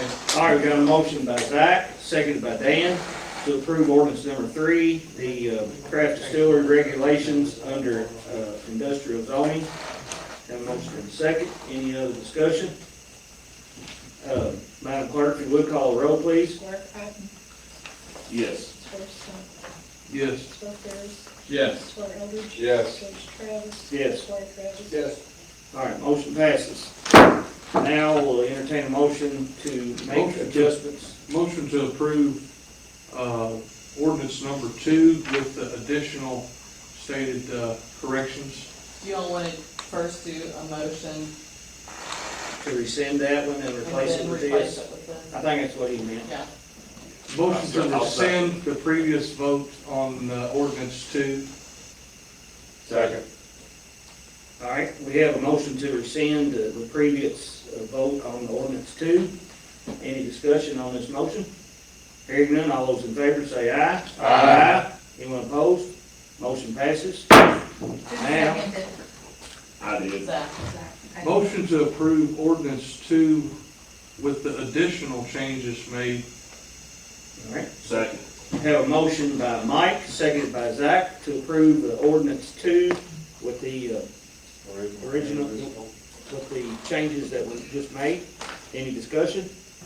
All those in favor say aye. Aye. Anyone opposed? Motion passes. Yeah, I think you All done. right, good deal. All right, I don't even know where we're at. I do, sleaze, squeezy land donations. Did you say sleazy land? No, I almost did, because I was looking at land. Squeezy land. All right, Julie. we're gonna take care of that. Thank you, Julie. All right. Soccer lease, we did. Okay, the ordinance number 4 on the financing for the bridge. I don't know what we got in the book on that, but I've got a big old binder here. 79, 80. Okay, This is the second reading on this. yes, 78 and, 79 and 80. Yeah, this is the second reading Yeah. on the ordinance. Now, we've got a lot of, we don't have to, I'm not gonna sign all these tonight. And everywhere there's a tab, we gotta get a signature. I just wanna show everyone. We'll get that taken care of All right. tomorrow. I'll make a motion that we approve the second reading of ordinance number 4 of the Old Hetty Bridge project. Second. All right, we have a motion by Jim, seconded by Mike, to approve ordinance number 4 relating to financing a project through KCOL on the Old Hetty Bridge replacement. Any discussion? Hearing none, all those in favor say aye. Aye. Anyone opposed? Motion passes. Thank you for that. All right, under new business, adopting roads. This is actually just a first reading. We have on page 82 in your book, Heritage Way, Fence Rock Court, Clayleen Way, that we will be taking into the system. This is just a first reading, so we will vote on that at the next meeting, the second reading. Todd and I are doing most of the inspection that now, ain't they? Yes. Yep, I guess I need to kind of read this in. Well, I mentioned the roads. Ordinance adopted 2 roads within Heritage. It should be 3, shouldn't it? It's 3 roads. Adopted 3 roads within the Heritage Hill subdivision under the county road system for limited maintenance, and the request has been made to the Spencer County Fiscal Court to adopt the remaining roads within Heritage Hills to the county road system, and the roads have been inspected by county engineering firm, found to meet the road specs. So, let's see, hereby grants adoption, and this will be a first reading. All right, so we'll read that into the record. Do we need to strike out the word limited in the very first part of that? Where it says county road system for limited maintenance, we're not limiting the maintenance. Yeah, for maintenance, Yeah. so you're right. Yeah, ordinance, let's see, yeah, whereas, let's see. Well, that ordinance 6 was for adopted. Well, let's see, that was adopted for 2 roads. For limited, see, it had limited maintenance when it was originally. Well, let me think about this. There could have been 2 roads already in there that were adopted, and then these weren't adopted. So maybe it should be as it is. Okay, I think you're saying, yeah. Because they could have wanted to do 5 at that time, but they only did 2 of them. And then now that, because the other 3 weren't ready. Yeah, I said you say. Yep. So, but this is first reading, we'll do second reading next time. No action. I All right, this is something that I wanted to see what you all thought about it on page 83. I know John Riley told me that we should try to get this land back that we once had leased from the state. I guess you all had it, Jim, when you were here originally. And I know they had an issue with the Edgewater sanitation, and the lease was given up back to the state. And basically, this is just a resolution, if you all see fit, that we should try to get that lease again. The idea would be, I caught Evan McKinney in the courthouse the other day and was asking him about it. And I think he has a different position now. I don't know that he's up here, at least not, I don't know how often he's up here. But I think that's right. He's in Louisville. I think he told me that. But he was telling me that when you lease it, you would have water frontage the state won't pay to do anything. You can pay to do stuff, or you can grant money yourself to do stuff. But basically, you know, it would be up to us if we were granted this from the state to build a beach facility, lack of a better phrase, kayak facility. We would have all the land, and the idea is when you turn at the new gas station and you go past the road going to the boat dock, everything on the left, all the way over to the parking there by the dam. Well, but that wouldn't include Edgewater anymore. But I think it already has a lease. So this basically, if you guys see value in it, and we pass this resolution, then you see like down at 3 that we would be authorizing me and my office to communicate to the appropriate officials of the Commonwealth of Kentucky to facilitate discussions to get a lease. Well, even if we get it, it doesn't obligate us to do it. Correct. Right. What does it cost us for the lease? We don't know. It's not a lot. It was $1 a year, $1 for 99 years, or something like that. I mean, It was, it did what, it did cost everything. yeah, it's all about trying to create another opportunity to get folks to come to the lake instead of stay the weekend instead of just making a day trip. Motion to approve resolution number, period. Whatever the resolution number will be. A resolution requesting a lease agreement for land previously relinquished Yeah, that's right. Yeah. with the Taylorsville Lake State Park. What was the reason why y'all did that? Because of the sewer problems that was having out there, the county was gonna be responsible for cleaning up the line busting under the water and all that stuff. So, I'll second Will's motion. All right, have a motion by Will, seconded by Dan, to approve the resolution to request a lease agreement from the state of Kentucky, the Taylorsville Lake State Park, for Spencer County to pursue. Any discussion? All those in favor say aye. Aye. Anyone opposed? Motion passes. So we'll get that going. Monthly financial report. There's a lot of pages in here. We're getting close to being done, but we're not there yet. Anyone have any questions on any of the financial reports? And then we have the first quarter financial report. If you have any questions on that.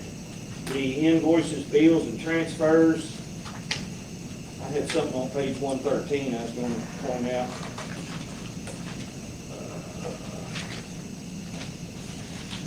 Oh, I know what it was.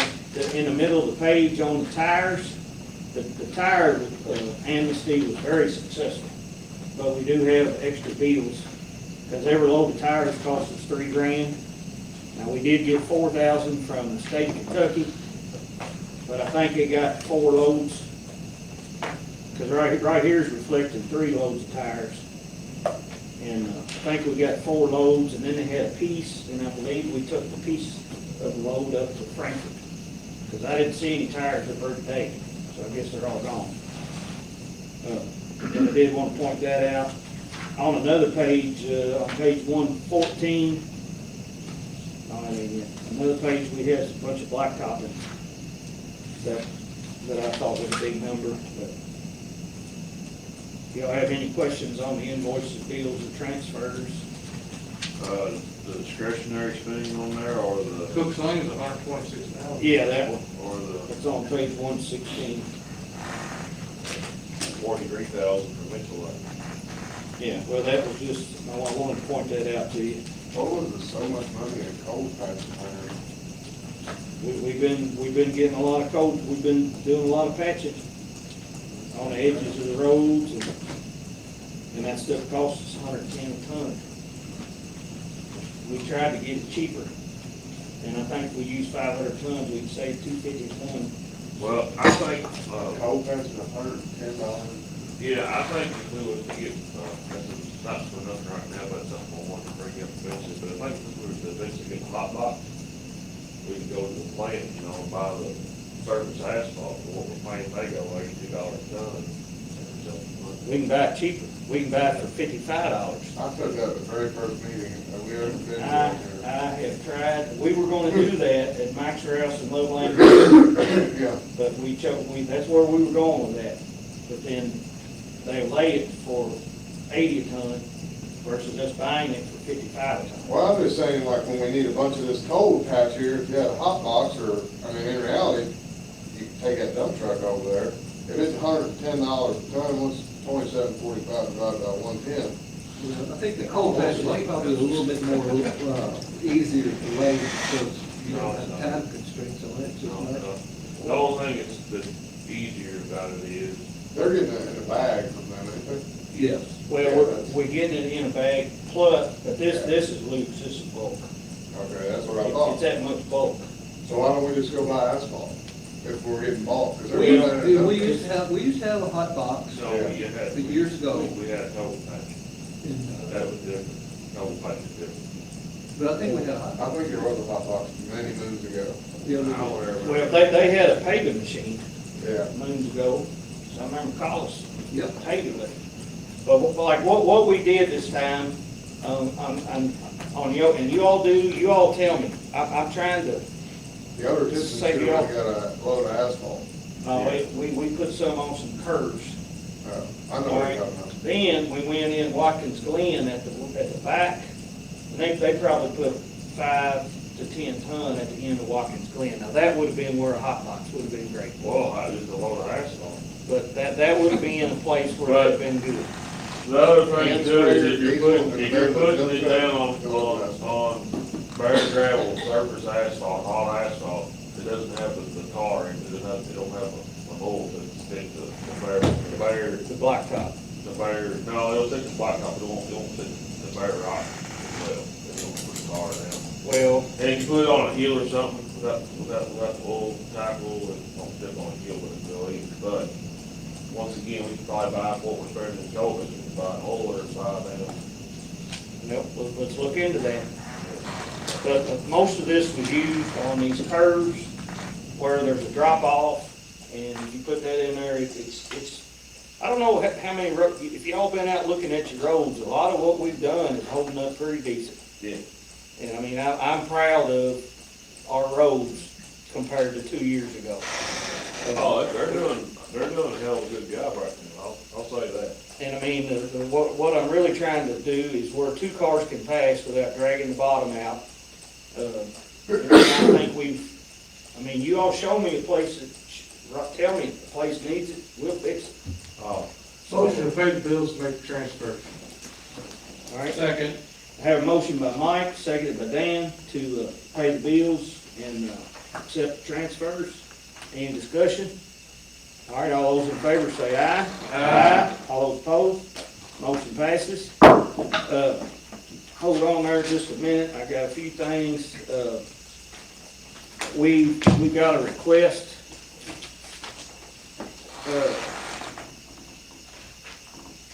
Yeah, I got that. That's the one I'm fixing to do. Okay, I thought you got it. Yeah, that's it.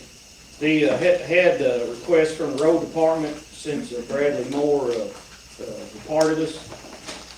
There's a fellow, David Gritton, that Todd would like. He has a CDL, which is good. And he was asking that we would consider hiring David Gritton full-time at our base, I guess is what, $17.50? I didn't include that on there. I think it's $17.50.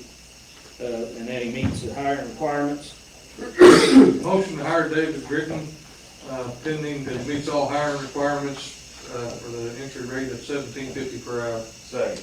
All right, we have a motion by Mike, seconded by Zach, to hire David Gritton for $17.50. That he meets all hiring requirements, work at the road department.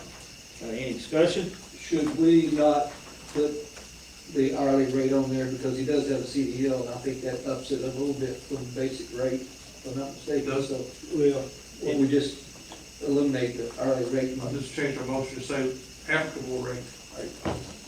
Second, I'll agree with All right, well, just you were the maker Yep. of the motion, He agreed. and you're the seconder. All right, so we'll just strike that original motion. And now the motion is to hire David To hire Gritton David Gritton and then he meets all hiring requirements to work at the road department, and, is. Pay match the applicable rate If paid for for. beginning CDL Class B. Yep. All right, I have got the motion and a second. Lonnie, second by Zach. Any discussion? All right, all those in favor say aye. Aye. Anyone opposed? You wanna let Andrew talk? Passes. He good. We'll do it next time. Motion to adjourn. Second. I need to make, it's not on here, but I need to make an appointment of the EM director. That's just the emergency management director. Discovered today, when you have a vacancy of emergency management director, you need to fill it within 30 days. Not EMS director, emergency management I'm director. with you. So, I want to, I make a motion to approve my appointment of Robert Klingler-Smith for the interim EM director, which, time will expire when the new EMS director and EM director is hired. Second. All right, motion by myself, seconded by Zach, to do all that, what I just said. Any discussion? All right, hearing none, all those in favor say aye. Aye. Anyone opposed? Motion passes. Is anything changing on his pay? The, well, the whatever we've been paying on the EM director, I don't, we'll look at it, I'll make it whatever you just said, like up in the motion, so whatever he's Right right now, the EM director oversees the EMS role. That's why I was just wondering if he was going to Chris's rate of pay, or if he stays at the rate of pay he was at, or. well, we'll address it, and if, whatever we do, or whatever we need to consider, I'll bring it to you all, next meeting. You want me to do that? No, Okay. no, I got this.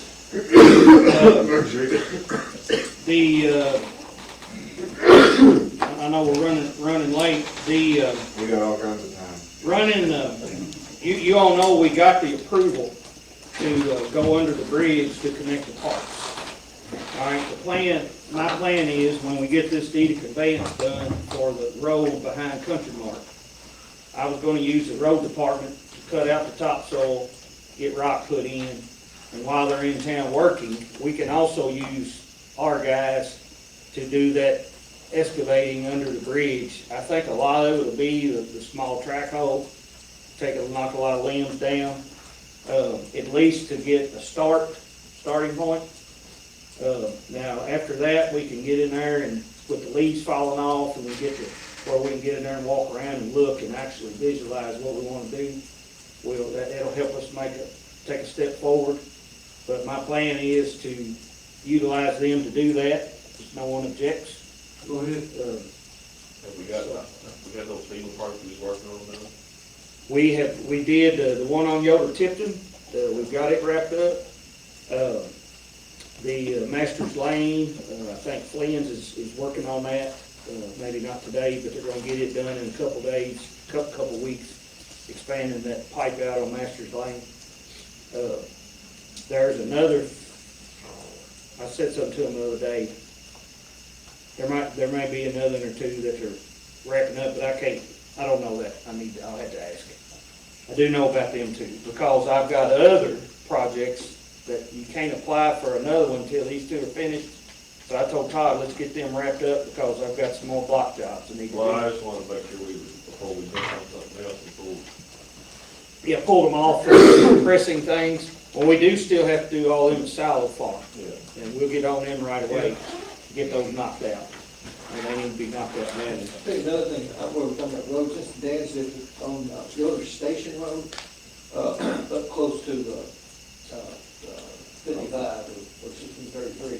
On that end, somebody had put in a new driveway going up toward Heritage Hills, and they put probably a 2-foot drain culvert underneath the new driveway. And it empties out on the right-hand side of the road, but there's no ditch on Yoder Station. So all that water runs across Yoder Station, down Yoder Station.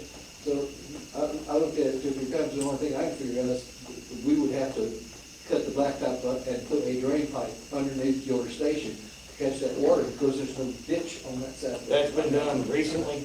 Yes. Okay. All that water's been washing over that road for years though. I would say, that culvert's just helping point it in one direction. It's just draining more water into it now since they put that. It's gonna be a mess if it's freezing. I went through there when we had the, I said that rain water's from all the over the hurricane, road. and there was water running down your station a quarter mile, all across the whole road, washing the gravel out, they just put on stuff. Take a look at it tomorrow. All right. Let's see what I'm talking about. All right. But we'll get on to that. Did those, did that.